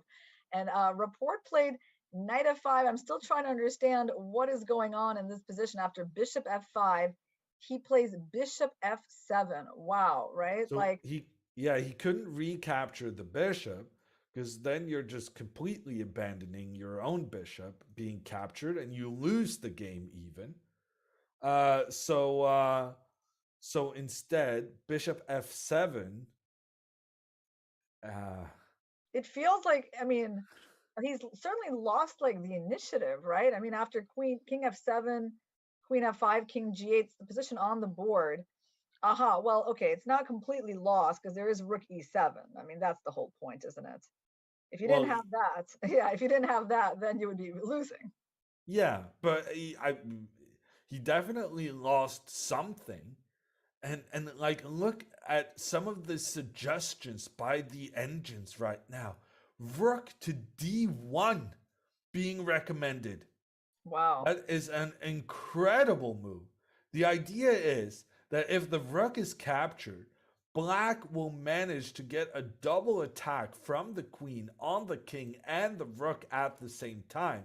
Right now, Rapport needs to keep every single one of his attacking pieces in order to, not lose, simply. Because I mean, compared to when we left this game last time, he's lost a full piece. He's in serious danger of losing right now. Yeah, so rook d1 is basically like an attempt by black to make a draw by repetition, which I think there's a decent chance that he's going to play. It's not a super difficult tactic to find, this decoy tactic. And then he just kind of goes rook d2, and actually on rook and king c3, what's the points there? It's not clear. Well, maybe the point is rook d3 anyway, and then deflect the queen from the knight on h5. Wow, that is some tricky stuff. But at the same time, White's up a pawn, but his king is really open. I mean, I wouldn't mind this game continuing a little bit like this. And then there's other things he can do. Like, for example, like let's say this king h8 move, right? He can basically give up the g7 pawn, just moving out of that check preemptively. And it's not that dangerous, rook g7. And I think the engine likes to move queen e5 there, trying to... Sure, I'm just illustrating that if white captures, that would be a winning move for white, if not for this winning move from black, which attacks the queen and attacks the knight when the queen moves. So, like, this game is on fire right now. And Rapport, he could easily lose this. It's very typical to talk of trends in chess. And right now, Rapport has lost the trend. He is the one kind of feeling these negative emotions, having had a winning position. Now it's just complete chaos. Normally he thrives on chaos, but he's less inclined to do so when he knows he kind of spoiled some opportunity. Doesn't have much time at all. He has a really big decision on this move. And I have to say that the other option that the computer is showing, to my mind, is maybe even the most appealing if you want to play for the win. It's rook f8, and simply trying to bring the rook to f7 and trade the rooks and block that rank. Yeah. So rook f8, like, it's saying queen e5, and rook f8 is on the board. Oh, there you go. Good. And that shows us that he's playing for the win, by the way, right? Doesn't it? Because I think he saw rook d1. Rook f8 is a more ambitious move. And now what can white do? Queen e5, rook f7. You know what I don't understand, Yoon, is like why the computer thinks this is equal. Like, why after queen e5, rook f7, how is this equal? I mean, it feels like black is trading the rooks and is beating back the attack. Well, the key could be here, the queen on h6. Because when that queen is being threatened by the rook, the only way to save the queen is moving a pawn forward. Yeah, that's an ugly in front of their own king. We don't want to have to do that. But and then after knight f6, of course, white is fine. Yeah, that allows the knight to move in, check the black king. Honestly, still completely chaotic what on earth is going on. But yeah, it's not obvious in any way. And we're going to get to test this variation because queen e5 is on the board. And now there's 3 white pieces working in towards that g7 pawn. So black had to go rook f7 to stop those threats to the pawn. But now Rapport pretty quickly will play rook e6 and attack the queen. Maybe he'll just play on knight f6. Maybe he'll play rook f6, because on queen f6 there's rook f8, and on rook f6, well, he'll have to find a move here. Knight f6. So the line Irina is talking about is pawn forward, allowing that knight to get in, but we kind of had to do it because otherwise we were going to lose our queen. The capture, giving up the rook for a knight may be okay. And if the rook recaptures, what was the move you wanted? Well, the move I wanted was to think here because I Oh, didn't have anything prepared on rook takes and more on queen takes. This position, I mean, oh, queen h2, you have to calculate, are you getting out? I actually feel like you might be. I feel like maybe taking that pawn in a greedy way, you might not be getting mated because you can run to h6, and it might be just enough to time before you can, play queen g1 yourself and start attacking the white king. yeah, So because you could say that queen move, capturing the pawn on the side, you could call it greedy, but honestly, it's just trying to get your queen in a position where it can give checks on white's king, right? yeah, absolutely. I mean, the main concern is that black is leaving himself open to queen e6 check, but it looks like the king can escape to h6. And so we are going to see all of this because it's on the board. Knight f6 check is on the board, and I can't imagine that he wouldn't take it. I mean, king f8 looks a little crazy, right? Not necessarily. Is there anything about this game that hasn't been crazy? Yeah, actually, look at that. The engine does say king f8 is not so bad, and because the rook e8 does not lead to mate, right? It Yeah. just leads to like a couple of checks, and then you can take the knight on f6 and escape. So if rook e8 giving checks on the king, we get a trade, very important. And then even though the queen can kind of just push around towards the king gets out, capturing the knight. Wow, he went to h8, and it was 3 seconds on his clock. He went to h8. What a strange move. Okay. I mean, Oh, he's hoping to win. well, yeah. I mean, I guess on rook e8, he's gonna have like this rook f8 block ultimately. But I don't think he's hoping to win, is he? I mean, he knows he's not winning because knight h5 or something like white can at least No, repeat. but he's playing queen g7 next move. No, but knight h5 check. It's gonna be a repetition anyway, right? Sure, but I mean, he's trying to say to Rapport, this is your last chance to make a draw. If you don't go for a draw right now, I'm gonna, well, try at least to win the game. Yeah, very interesting. Like, how can white try to play for a win? I mean, yeah, king g8. I mean, this one, all you can do is repeat, right? Yeah, so knight h5 has the advantage of taking control of the g7 square so that you cannot use that square to blockade the check. Which means the king has to go back where it came from, and then it's a repetition. That to me feels like the very likely end to this game. I think we have seen enough adventures.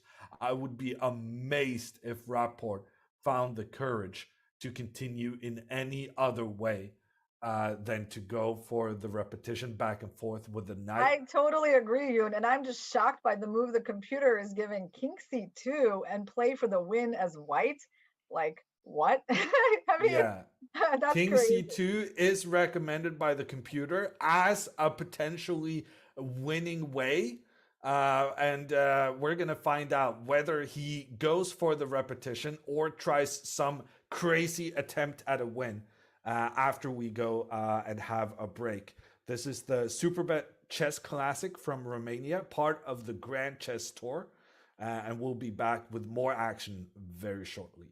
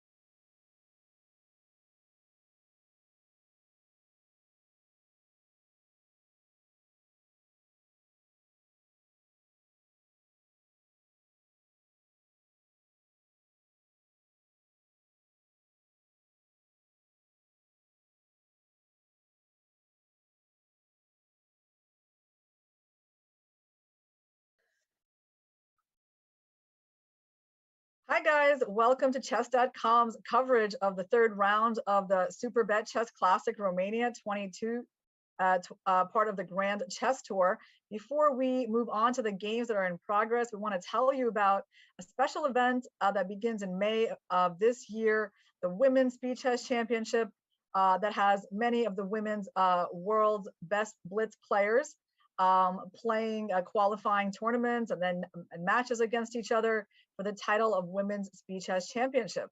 So tune in for that. And for now, let's get back to the games, Yoon. Yeah, and Rapport, he did not go for the potential draw. He tried to win the game. He pushed his pawn up to g4, just trying to get more folks involved in this attack, trying to reinforce the positioning of his knight.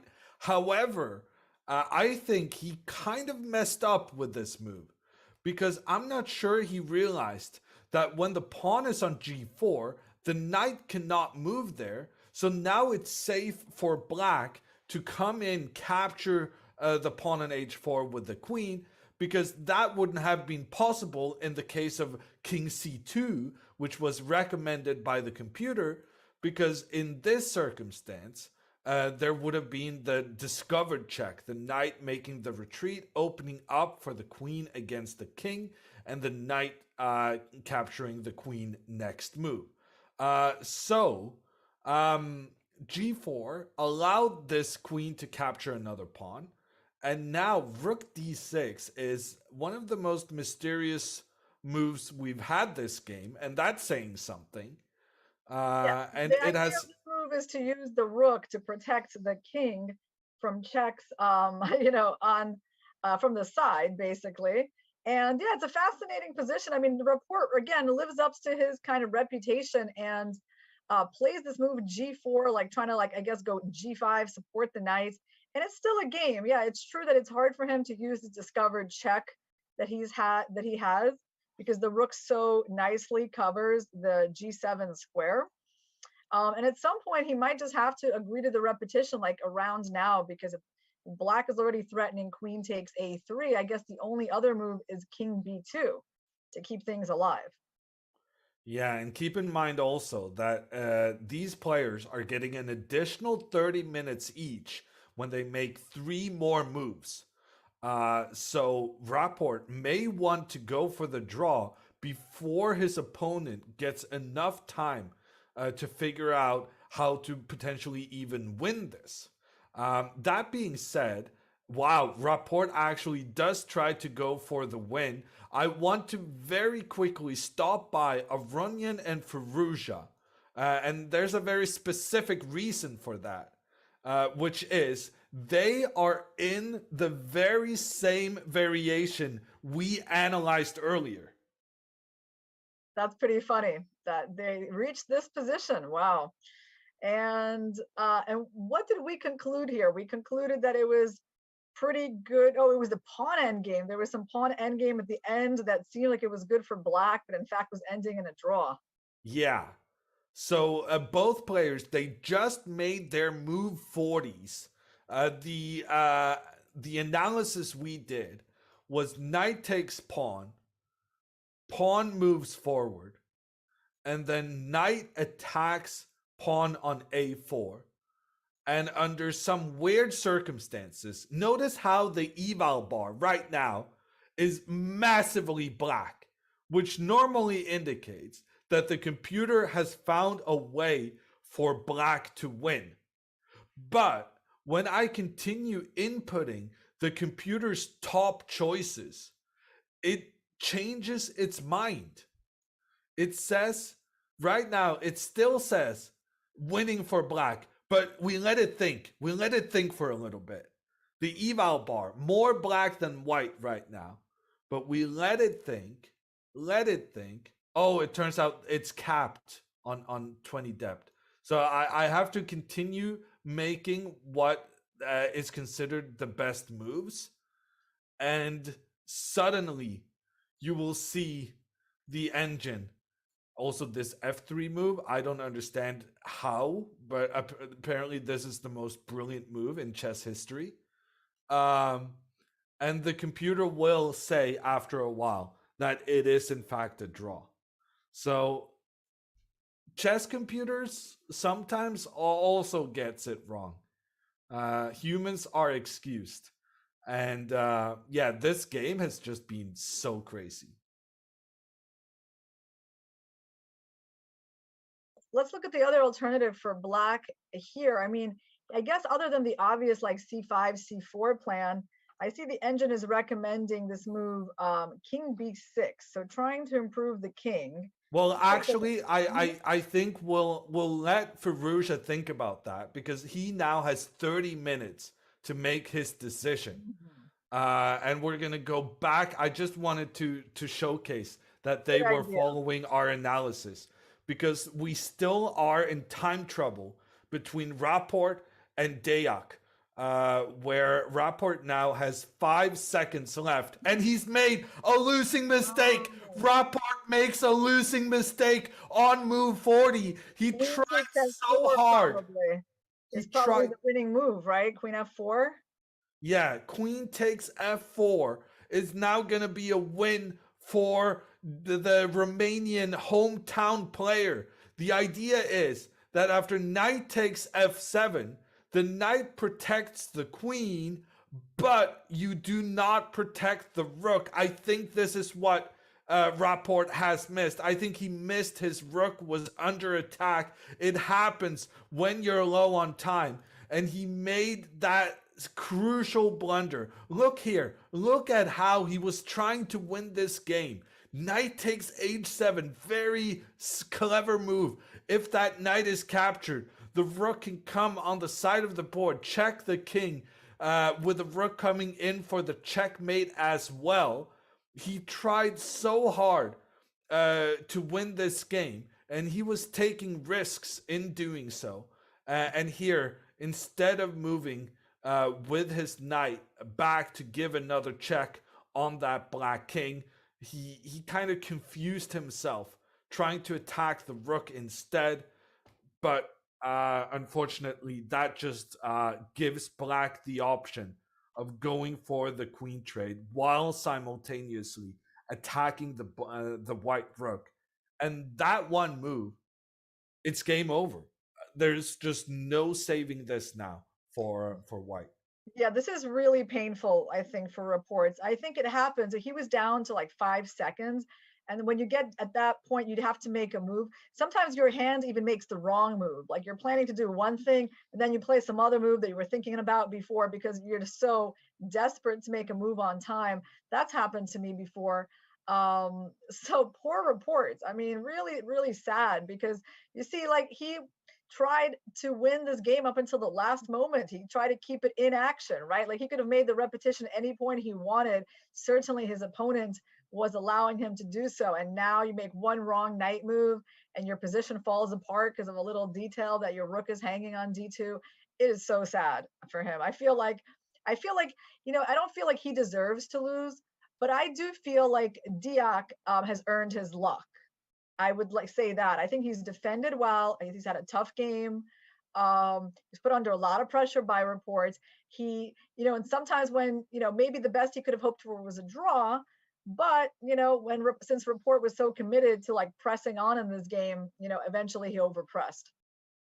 And we have another result as well. And that's in a game we haven't looked at lately. It's between Fabiano Caruana and Wesley So. And we've been kind of scared on Fabiano's behalf because we thought him being down a pawn was a bit of a problem. But look at this. Fabiano had that pawn on d6, a pawn way into enemy territory. I was kind of concerned that that pawn might just be lost in time. But what Fabiano did was he just sat around and he kind of waited. He kind of said, well, I'm just going to make sure my pawn is protected. And then I'm just going to go back and forth. And that's precisely what he did here. He just went back and forth, and it's impossible for black to get another piece attacking the pawn on d6, because if Wesley here were to go e5, trying to open up for his king to get in, then White's queen would in fact just find an even better placement, kind of getting into the heart of Black's position. So Wesley doing a great job with the black pieces, snatching a pawn early on and then holding on to it for the duration of the game. But Fabiano also defending well here, and realizing that the potential of White's pawn is so annoying that Black kind of has to use their pieces as defensive pieces in the pawn's vicinity. Yeah, I think Fabiano can be very satisfied actually with this game. And you know what's interesting? Maybe like earlier on, Black shouldn't have allowed the trade of the bishop for the knight, right? Like maybe he should have played that knight ultimately to d7, because as it happened, he put it out to c6, let that trade happen, and in the heavy piece endgame, he had to use his rook, to block that pawn, and his fairly passive positioning for the rook. So I think Fabiano is feeling extremely lucky to have made that escape today with the white pieces without even too much suffering. And Wesley can be happy that he had a nice game with the black pieces. Yeah, everyone is happy except Richard Rapport, who is he's not mulling anymore. He made the trade of queens, and now he's attacking the pawn on g6. Is Rapport gonna make a miraculous recovery? Is there any hope of saving this situation? I usually always say that there's hope. As long as there's only pawns on one side of the board, there's hope of survival. And right now, there's no way for Black to defend this g6 pawn, because if the king takes one step up, the knight will come in and make a double attack on Black's king and on the black rook. But now, having said that out loud, I start to wonder, what if we first give a check on the white king? And then take on a5, right? And then you can go to f8 when you're... Well, I was going to go king g7. You want to keep your pawn. Well, I want to keep pawns on both sides of the board. Yep. That makes sense. So rook, king g7, and yeah, eventually your king can come out to h6 even, yeah? Start pestering my knight. Well, hold on here, but there's rook d7. It's not a little annoying? Rook d7, Yoon? Yeah, rook d7 is possible. It's a bit annoying, actually, because, on king h6. And then I cannot... Yeah, I'm starting to realize what's going wrong. Let's see if I can get the mouse working. Check on the king. If the king moves up, which definitely was my idea, then the knight comes in and gives a check on the king. Okay, my idea just doesn't work, which means that Rapport is going to succeed in eliminating pawns from the right side, the king side of the board. But the question is, even that is probably not going to be enough, because frankly, the black rook capturing on a5 and afterwards attacking the pawn on a3, it feels like it should be good enough to win the game. Yeah, because the rook on a5 is excellent. It's also hitting the knight on g5. If you destabilize that knight, you get squares like f3 for your rook. So I'm talking about after rook f2. Yeah, just throwing in that check is good, because that way on rook g6, you're free to go to f8 without getting checked. So we throw in the check, rook f2 first, and king b3, rook a5. And okay, you do get one pawn. I guess I could go to h8 as well. I wouldn't say it's impossible, but okay, let's go to f8. And you're really tied down with your rook and your knight. On knight e6 is just king e7. Yeah, this is very difficult because, I mean, look, the g pawn is not going anywhere, but you're literally on the verge of losing the a pawn, and the rooks are very powerful in this completely open board where the knight doesn't have an outpost. So it looks like Rapport is going to lose what has been by far, well, actually, not by far the most exciting game of the round, because frankly, Aronian and Firouzja is an exciting one as well. In Aronian Firouzja, the tension is still very, very high. And we're going to take a look at that game after a little break, where we will need to do a restart of the stream. So if you have any problems with the broadcast over the next couple of minutes, make sure to hit that refresh button, and we'll be back as soon as possible.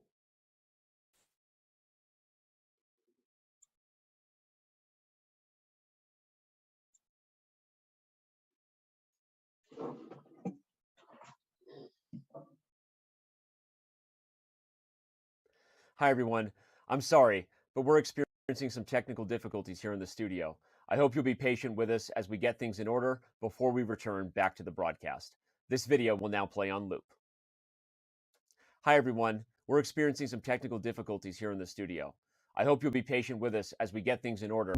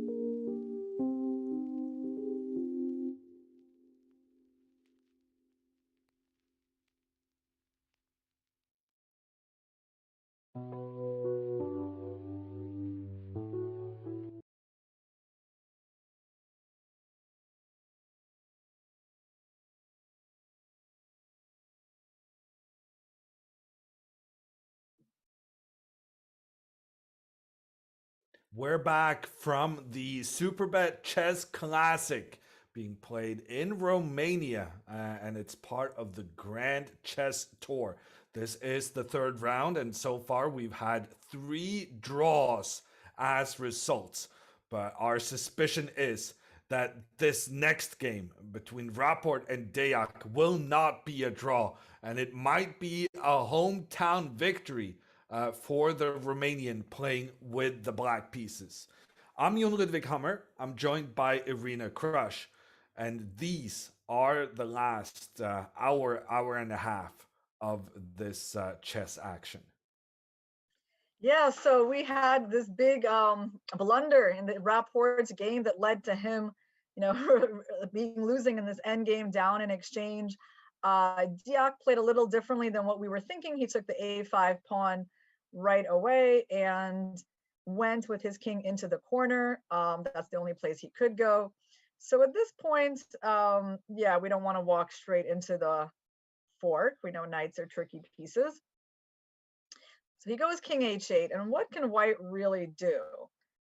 He can't even go rook h6 check, because that only helps the king go to g7.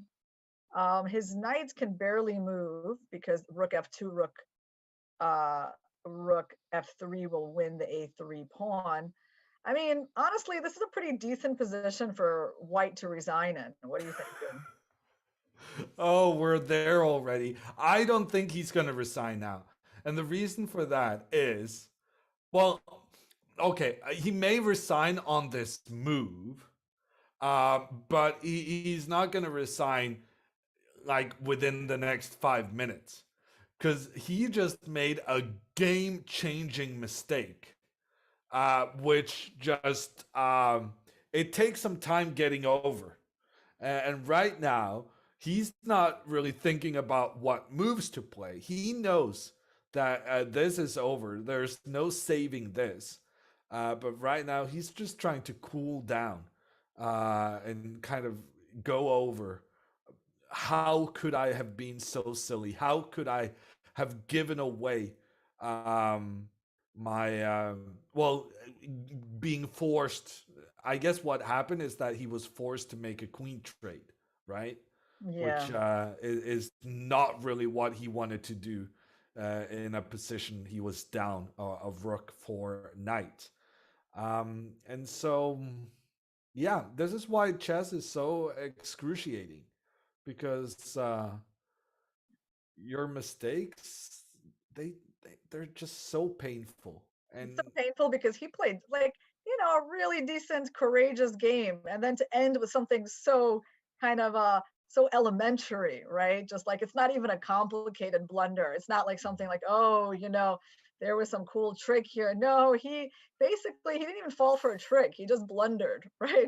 So it is very sad. And chess is cruel that way. I mean, I suppose in this game, if you have to make a move as white, you can play, king b3 and just see, what black is going to do, because I don't see, you can't move the rook, you can't move the knight, you can't move the pawns. So I guess king b3 is like the kind of yeah. move you play just to keep it going.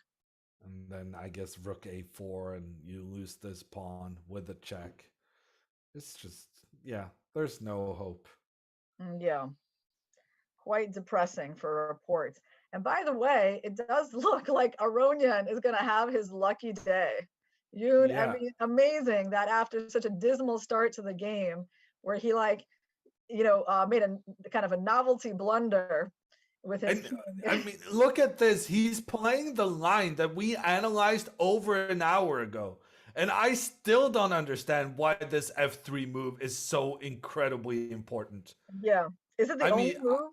it's the only move. Only Wow. move. Pawn to f3. I have no idea why that is. Why can you not play h4 and then f3?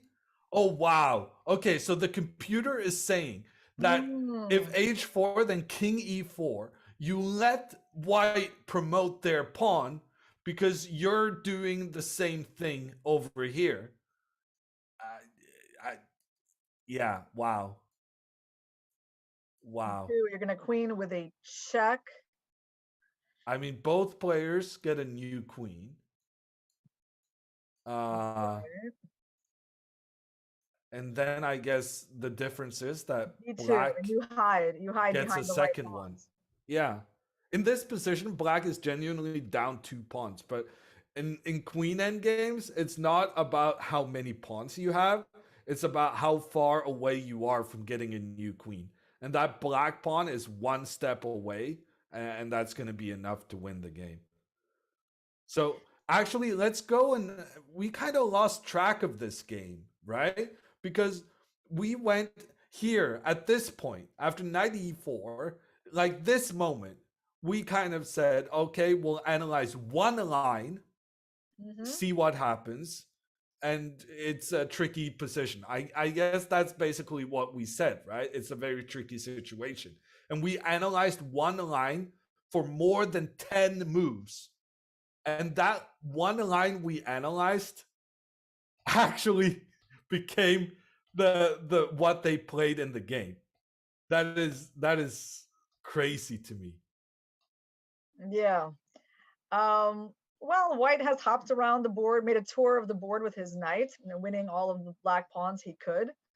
And finally, black had to take it because there was no other way to save the a pawn. And this f3 move, yeah, it makes sense. It keeps out. Yeah, but I mean, there's so many nuances that honestly we should discuss. Number one, if white now pushes the pawn, black gets a new queen. Not because this a pawn queens, but it becomes too much to handle. Because the white king cannot stop both this a pawn and the c pawn. So the c pawn comes in as a distraction, and the king cannot stop both of them from becoming a new queen. You can kind of sit here and say, oh yeah, I'm stopping both from becoming a queen.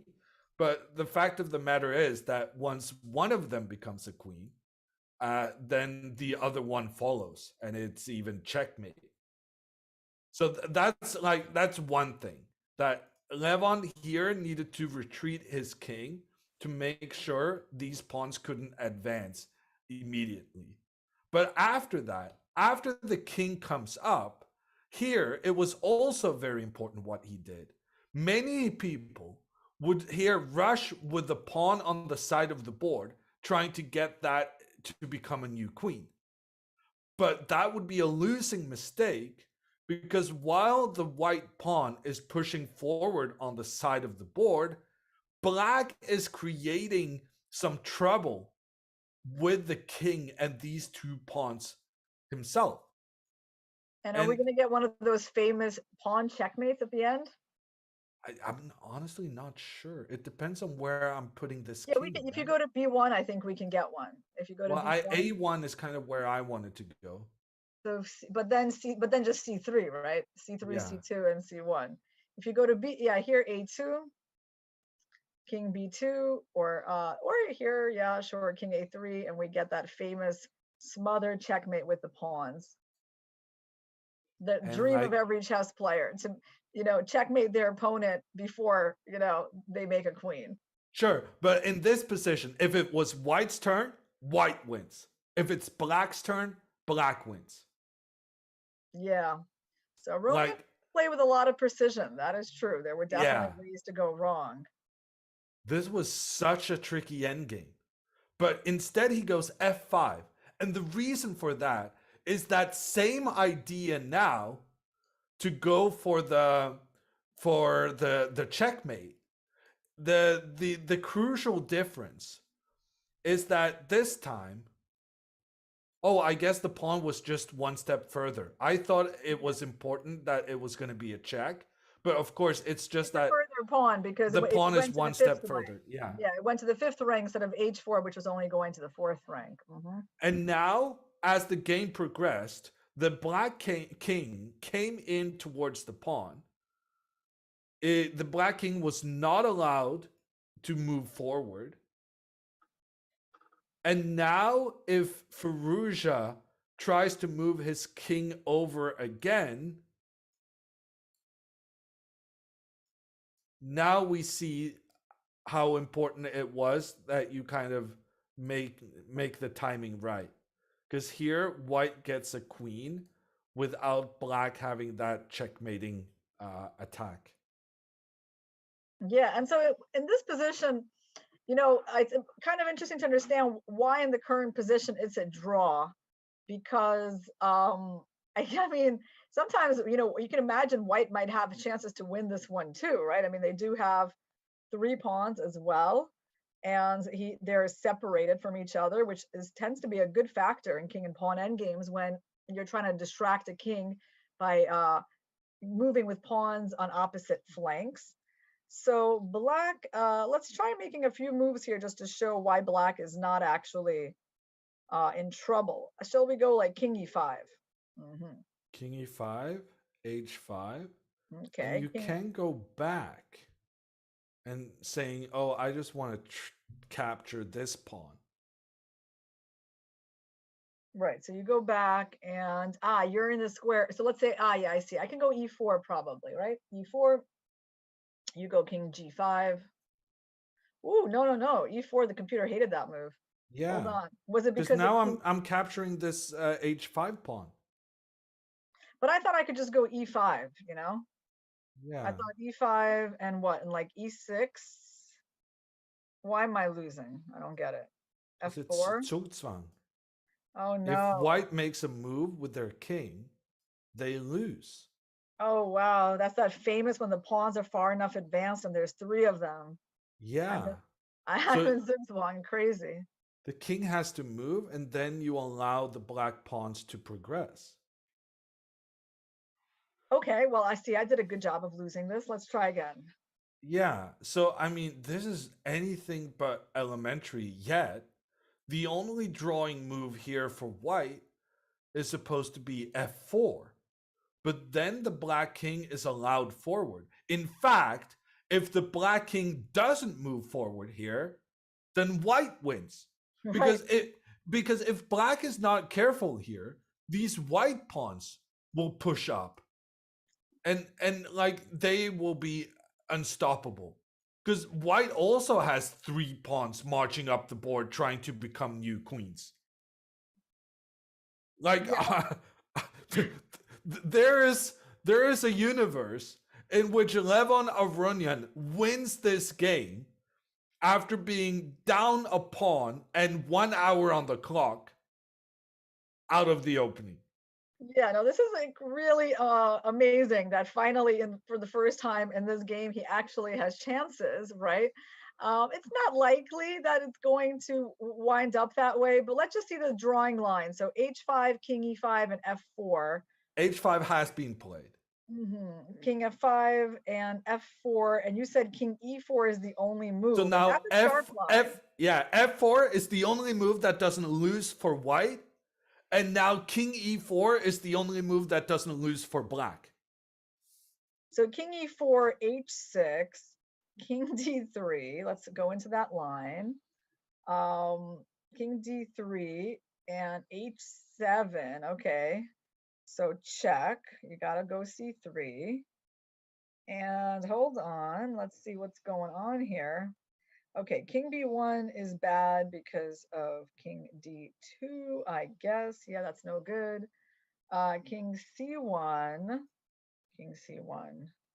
King c1 is met by b3, yeah. b2, king moves, and then a3. Ooh. Like these pawns are just a force. Wow, you're going to play c2 and b1 queen and then c1 queen. White gets a new queen, but black, like Irina said, not only gets 1 queen, black actually gets 2 queens. So that means... So this game is not over. I mean, I think actually Alireza is still playing for the win. Well, they already, you know what, they've made some moves, and he made the right king move. They actually went right all into this. Yeah. And he played the right move, not the losing ones we've been looking at. He played king a3. Yeah, so I'm just catching up with the moves they've made. So they have already calculated all of this, which is why they're moving so quickly. King d3, pawn pushes up, pawn in with a check. The only saving move for white is king up to the side. Now, if black tries to get this pawn to become a new queen, you're in for a very unpleasant shock. Because yes, black gets a new queen and you're close to getting another one afterwards. But here, the black king and queen has been caught on the same diagonal. The king is checked, the king has to move away, but then white is free to capture the black queen and win the game. So it's very important which pawn you choose. And Alireza, he chose the right pawn. And now he's gone in, gotten a new queen, and said check on the white king. The king captures the black pawn. But remember what we said about it doesn't matter how many pawns you have. It matters how close they are to becoming a new queen. Alireza right now is 1 step away from getting a second queen. Yeah, definitely it's a little, annoying probably for Aronian that after all of this, he's still the one who's having to play carefully for a draw. I mean, you just imagine like he plays queen d4 check, and then he just loses, doesn't he? I mean, after king e2, the king hides from the checks, and the black pawn promotes. So he has to be very careful about how he starts checking here. And I'm assuming the right check is on h7. Yes, in fact, queen to h7 is the only saving move. Wow. He needs to keep the queen on the H file so that he has this ability to go queen h2 and queen h3 and harass the king. And obviously he doesn't care if black takes his pawns because the whole point is to give all of them away and just make lots of checks. So, but this game is also going to go on for a bit of time. I mean, because now Alireza, there's no reason for him to agree to a draw since Levon is the one who has to make it. Yeah. But according to our computer overlords, the game should end in a draw. But So there's really no, yeah, because there's very hard to hide the king but, with the queen. no, but it's so easy to go wrong, no? And then give one more check and queen f4. So you have to go queen h5. Yeah. Just try to avoid maybe this is easy. Maybe you just don't get away with your king. But like, yeah. Aronian is really having to work for it today. He's having a rough day, but he might feel like he won if he manages to rescue this into a draw. I agree. Psychologically, he's going to be the winner of this game, and it'll probably feel like, he just ran a marathon. That kind of satisfaction. Yeah, but this whole endgame has been completely crazy. Both players having so many pawns on separate sides of the board, trying to get them in to become a new queen. I think this game is going to be written about for many, many years to come. Yeah. And, in terms of Rapport versus Deac, that game is kind of heading towards a conclusion, I think, as black has now won both of the pawns. Won the A pawn. Now he has two connected passed pawns over there. So it's pretty much what we're thinking about. Yeah, well, also he has the problem of what any 1 minute internet player will know, which is the workings of the rooks. So, like, if the white rook gives a check and the pawn pushes forward, then black will move their rooks so that you coordinate against the white king. And in such a situation, while Rapport is trying to get a new queen and attack with his rook against the black king, the black rooks will take care of business, punishing this white king for just having no defense close to it whatsoever, and really elegantly illustrating how the rooks can work together to give that classic checkmate on the lone king. Yeah, meanwhile, Firouzja, he's still thinking because, pushing the pawn to b2 is not his only option. I suppose he could look at a move like queen c2 or queen c3. Yeah, let me just catch up with the current situation. Queen c2 too much. Yeah. Mm-hmm. Yeah, I that's an interesting idea. Yeah, I will still go with the same option of queen h7 and just start checking. Oh yeah, and that's maybe a problem because no, but if you start checking here, the king will find shelter on b1. No. But okay, not how does it find shelter on b1? Because I'll give a check on the back rank, you still won't be able to block it, right? With the pawn still on b3. Well, I go queen h7. Yeah, king d2, queen h2. Okay, let's say go queen, I don't know, h1. You have to go to b2, right? So you want shelter, okay, on b2. What if I just go queen, you want to go to a2 maybe. Queen h1, h8. And then you go to a2. And then it's like, well, somewhat problematic, yeah, because your king Yeah. can then go to A1 and then you're threatening B2. So maybe The my black last king check, has found some shelter here. maybe my last check was bad. Let's go back a move.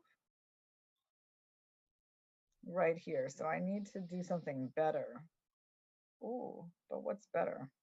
Well, I mean, the computer is saying that queen d5 makes a draw, but I would categorize queen d5 as being close to impossible. Okay, it's a move I don't exactly understand. So for queen d5, king a2, or I think you the just idea is push. to pin. The idea is just to pin the pawn, and literally you Yeah. never have king a1. Okay, it does make sense, and you cover all the checking squares c6 and c4. Yeah. So it is possible, yeah, to come up with that is quite logical. He played b2 though. He played b2, which means that we're not going to see those ideas with the king, trying to run to a2, I think. And Aronian played queen h7 pretty quickly. Firouzja is getting low on time. He's trying to use up his time to see if he can play for a win here.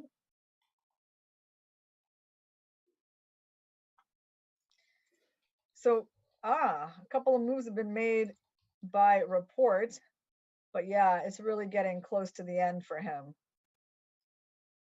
Yeah, I think we can definitely declare Bogdan as the presumptive winner of that game. With the rooks now coming in, putting pressure on that white king. And you cannot block with the knight, because if you block with the knight, you're going to get both rooks attacking it with no way of defending. So instead, Rapport, he chooses to hide his king in the corner, and then Bogdan very quickly, very elegantly check on the king. King moves so that there's no more rook coming back to defend, and then rook d3 with the double threat of taking the knight and going with the rook to give checkmate on the back rank. And that's going to be the final move of this game. Yeah, there's no real point in going knight b3 because on rook d1, knight c1, same theme occurs again with the rook going to g1 and the pin on the knight. So white loses the knight and they can safely resign. Big win, and now it is confirmed. Bogdan Daniel Deac of Romania, the lowest rated player in this field, the hometown hero. He has won with the black pieces. And he joins the leaders, right? Yeah, against one of the players who will be competing to qualify for the World Championship later this summer. A huge victory for Bogdan, and like you said, yeah, he joins the leaders on shared first. +1. Yes, he joins Wesley So and Jan Nepomniachtchi, neither of whom managed to win today on +1. So it's great. Great result for him so far, and for his fans and compatriots in Romania. So I wanted to ask you a little bit about one question. The candidates tournament is coming up, and that is something that everyone's going to be following next month here on chess.com. And we know we've been hearing Magnus's pronouncements about how he feels about being tired of playing the world championship matches and possibly not defending his title. So I guess my questions are, do you really feel like he will simply decline the match and let someone else have the title of world champion? Or is there some other system that he really prefers for the world championship and he's trying to, bend the system towards that? Well, I don't know anything beyond what he has said, but I guess as a Norwegian, I have a better overview of the available sources, because he does give a lot of interviews to Norwegian media. And what he has said is that in its current format, the World Championship match just feels like too much work, that it puts too much kind of it's all consuming for that year, right? That from March on, you get to know the your challenger in a normal cycle, and then March you know the challenger. April you start thinking about it, and then just May, June, July, all of those months are kind of lost to preparation, which he feels is too, I guess, too much. And does he have any kind of proposed solution? Like what would be adequate for him to stay part of the world, championship cycle? Because I completely understand, his point of view, and just as a spectator, we could let our viewers know that, this system of world championship matches every 2 years is actually a fairly recent innovation. I mean, it used to be every 3 years, which was already better.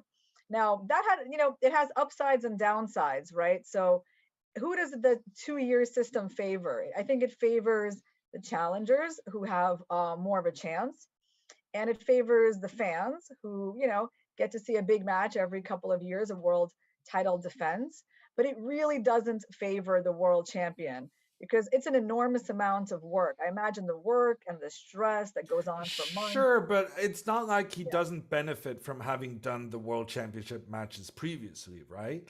And what we've also seen is that in the months after a World Championship match, he has often produced his best results, partly because he has so many opening ideas left over. For instance, in the first part of 2019, Magnus was just destroying everyone using this Sveshnikov preparation that he had for his match against Fabiano in the late 2018. So yes, it's a lot of work, but at the same time, I do feel like, I mean, it's not like the work goes completely to waste either, right? Mm-hmm. So, yes, the World Championship matches are stressful, for sure, but that's part of the game, right? Yeah, well, here's the thing. It's part of the game, right? But I understand that at some point it becomes like, after you've won like 5 of them, you lose some of that motivation, right, to go through it again. And so the question is, but what is the chess world supposed to do? Because you can just say, well, okay, you don't want to play as part of the system, so we'll give your title to someone else. But that really is not good for the world of chess either. It's not good to have a world #1 player who's not even taking part in the world championship cycle. It's not great for, I think, for Magnus, or even the person who becomes the world champion, knowing that, Magnus is sitting it out. Like, it's really not good for anyone. But so there must be like some sort of compromise solution, right? No, I just wonder what that would be. Yeah, but at the same time, compromise solutions is kind of what has created problems in the past, right? I think what we have now is really good, that we have a stable system that's predictable, that's pretty transparent and pretty fair for like everyone having a chance to qualify. And the fact that Magnus doesn't want to play anymore, I mean, it's devastating to the world of chess, but it is his choice, and I don't think we should change the system just to appease Magnus, because then we would be changing kind of that predictability and the stableness that the World Championship title has been lacking for so long. But at the same time, I mean, it's not like Magnus is demanding that of anyone either. Magnus is saying, "Oh, stalemate! Oh, that is beautiful. That is beautiful. I'm kind of ashamed I didn't see that coming. ahead of time. Aronian decides the game and secures the draw with a stalemate. Wow, the king coming up to b6 and then the queen coming in, sacrificing itself with a check on the king and the threat on the black queen. And when the queen recaptures, it's not check, and the white king has nowhere to go in lieu of the black pieces controlling every square. Wow, that was honestly the ending this game deserved. I agree. That was really aesthetic. And, I'm happy for Levon. He must have saved one of the most difficult games of his life. At some point he was completely down on the clock. I don't know, was something close like an hour. He wasn't moving at all. We weren't even looking at his game for so long because he wasn't playing any moves. And to have him really save such an end game, right? Really a titanic struggle. And I think he will look on this kind of fondly, despite the suffering he went through. Yeah, incredible there from Levon, saving what seemed unsavable from a very early stage. That means Bogdan Deac is the only winner of today. He joins the leaders of the tournament in a big success for him, and we're going to be taking a break, but we're not done with the broadcast just yet. We will be doing the recap, game of the day afterwards. So don't go anywhere.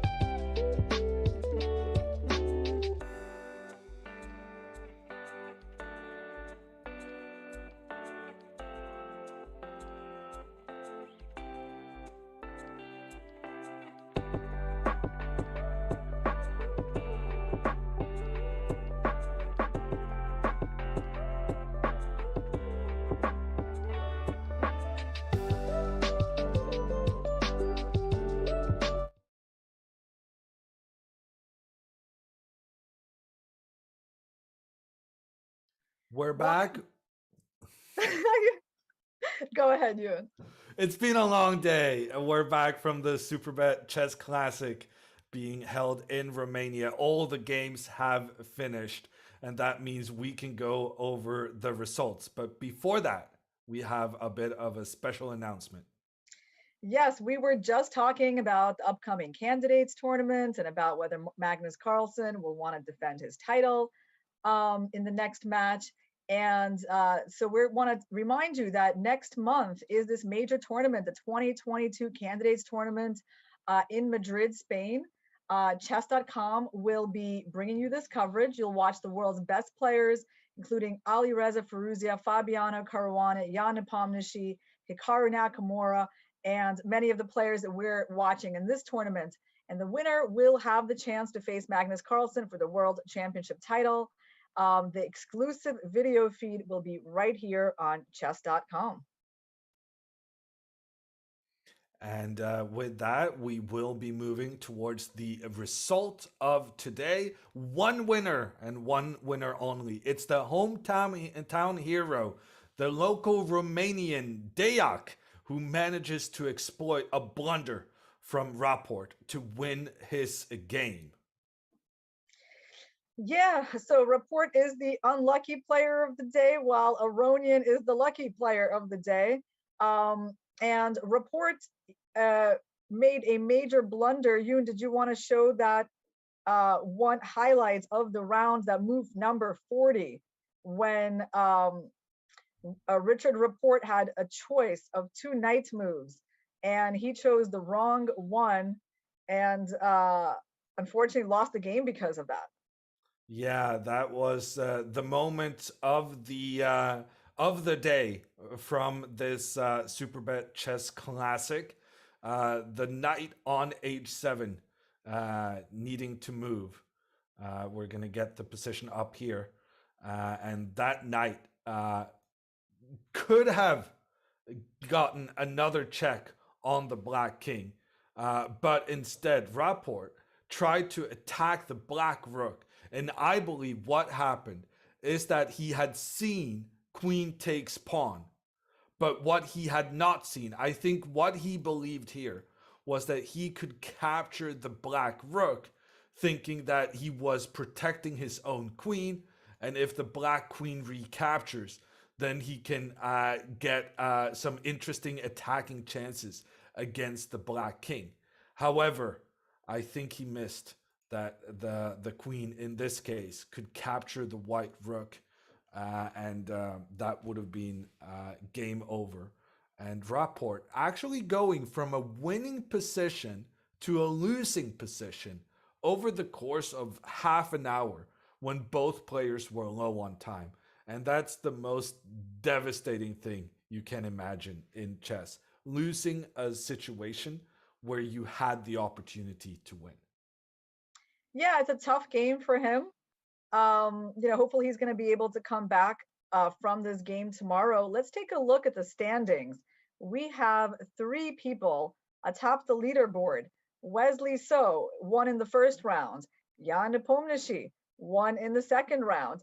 And Bogdan Daniel Deac won in the third round. So far we've had one win per day, guys, in this very hard-fought tournament.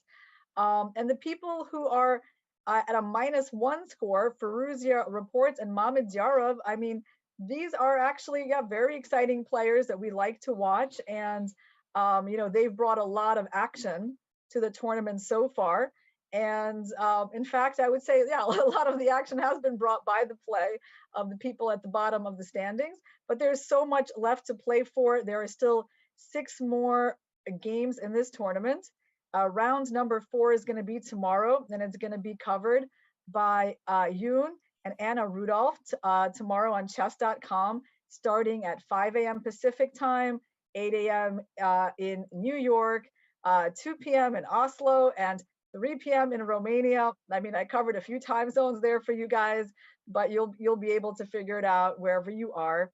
So tune in tomorrow for round 4 of the Superbet Chess Classic Romania. And the last thing we're going to say before calling it, we're going to give you a little heads up that the YouTube chess Chess.com Clips channel has been established. It's on youtube.com/Chesscom Clips. And it's going to have all the commentary highlights of all the Chess.com broadcasts. So we would really recommend going to subscribe to that YouTube channel right now. But with that, we are done for the day. And until tomorrow, have a good one.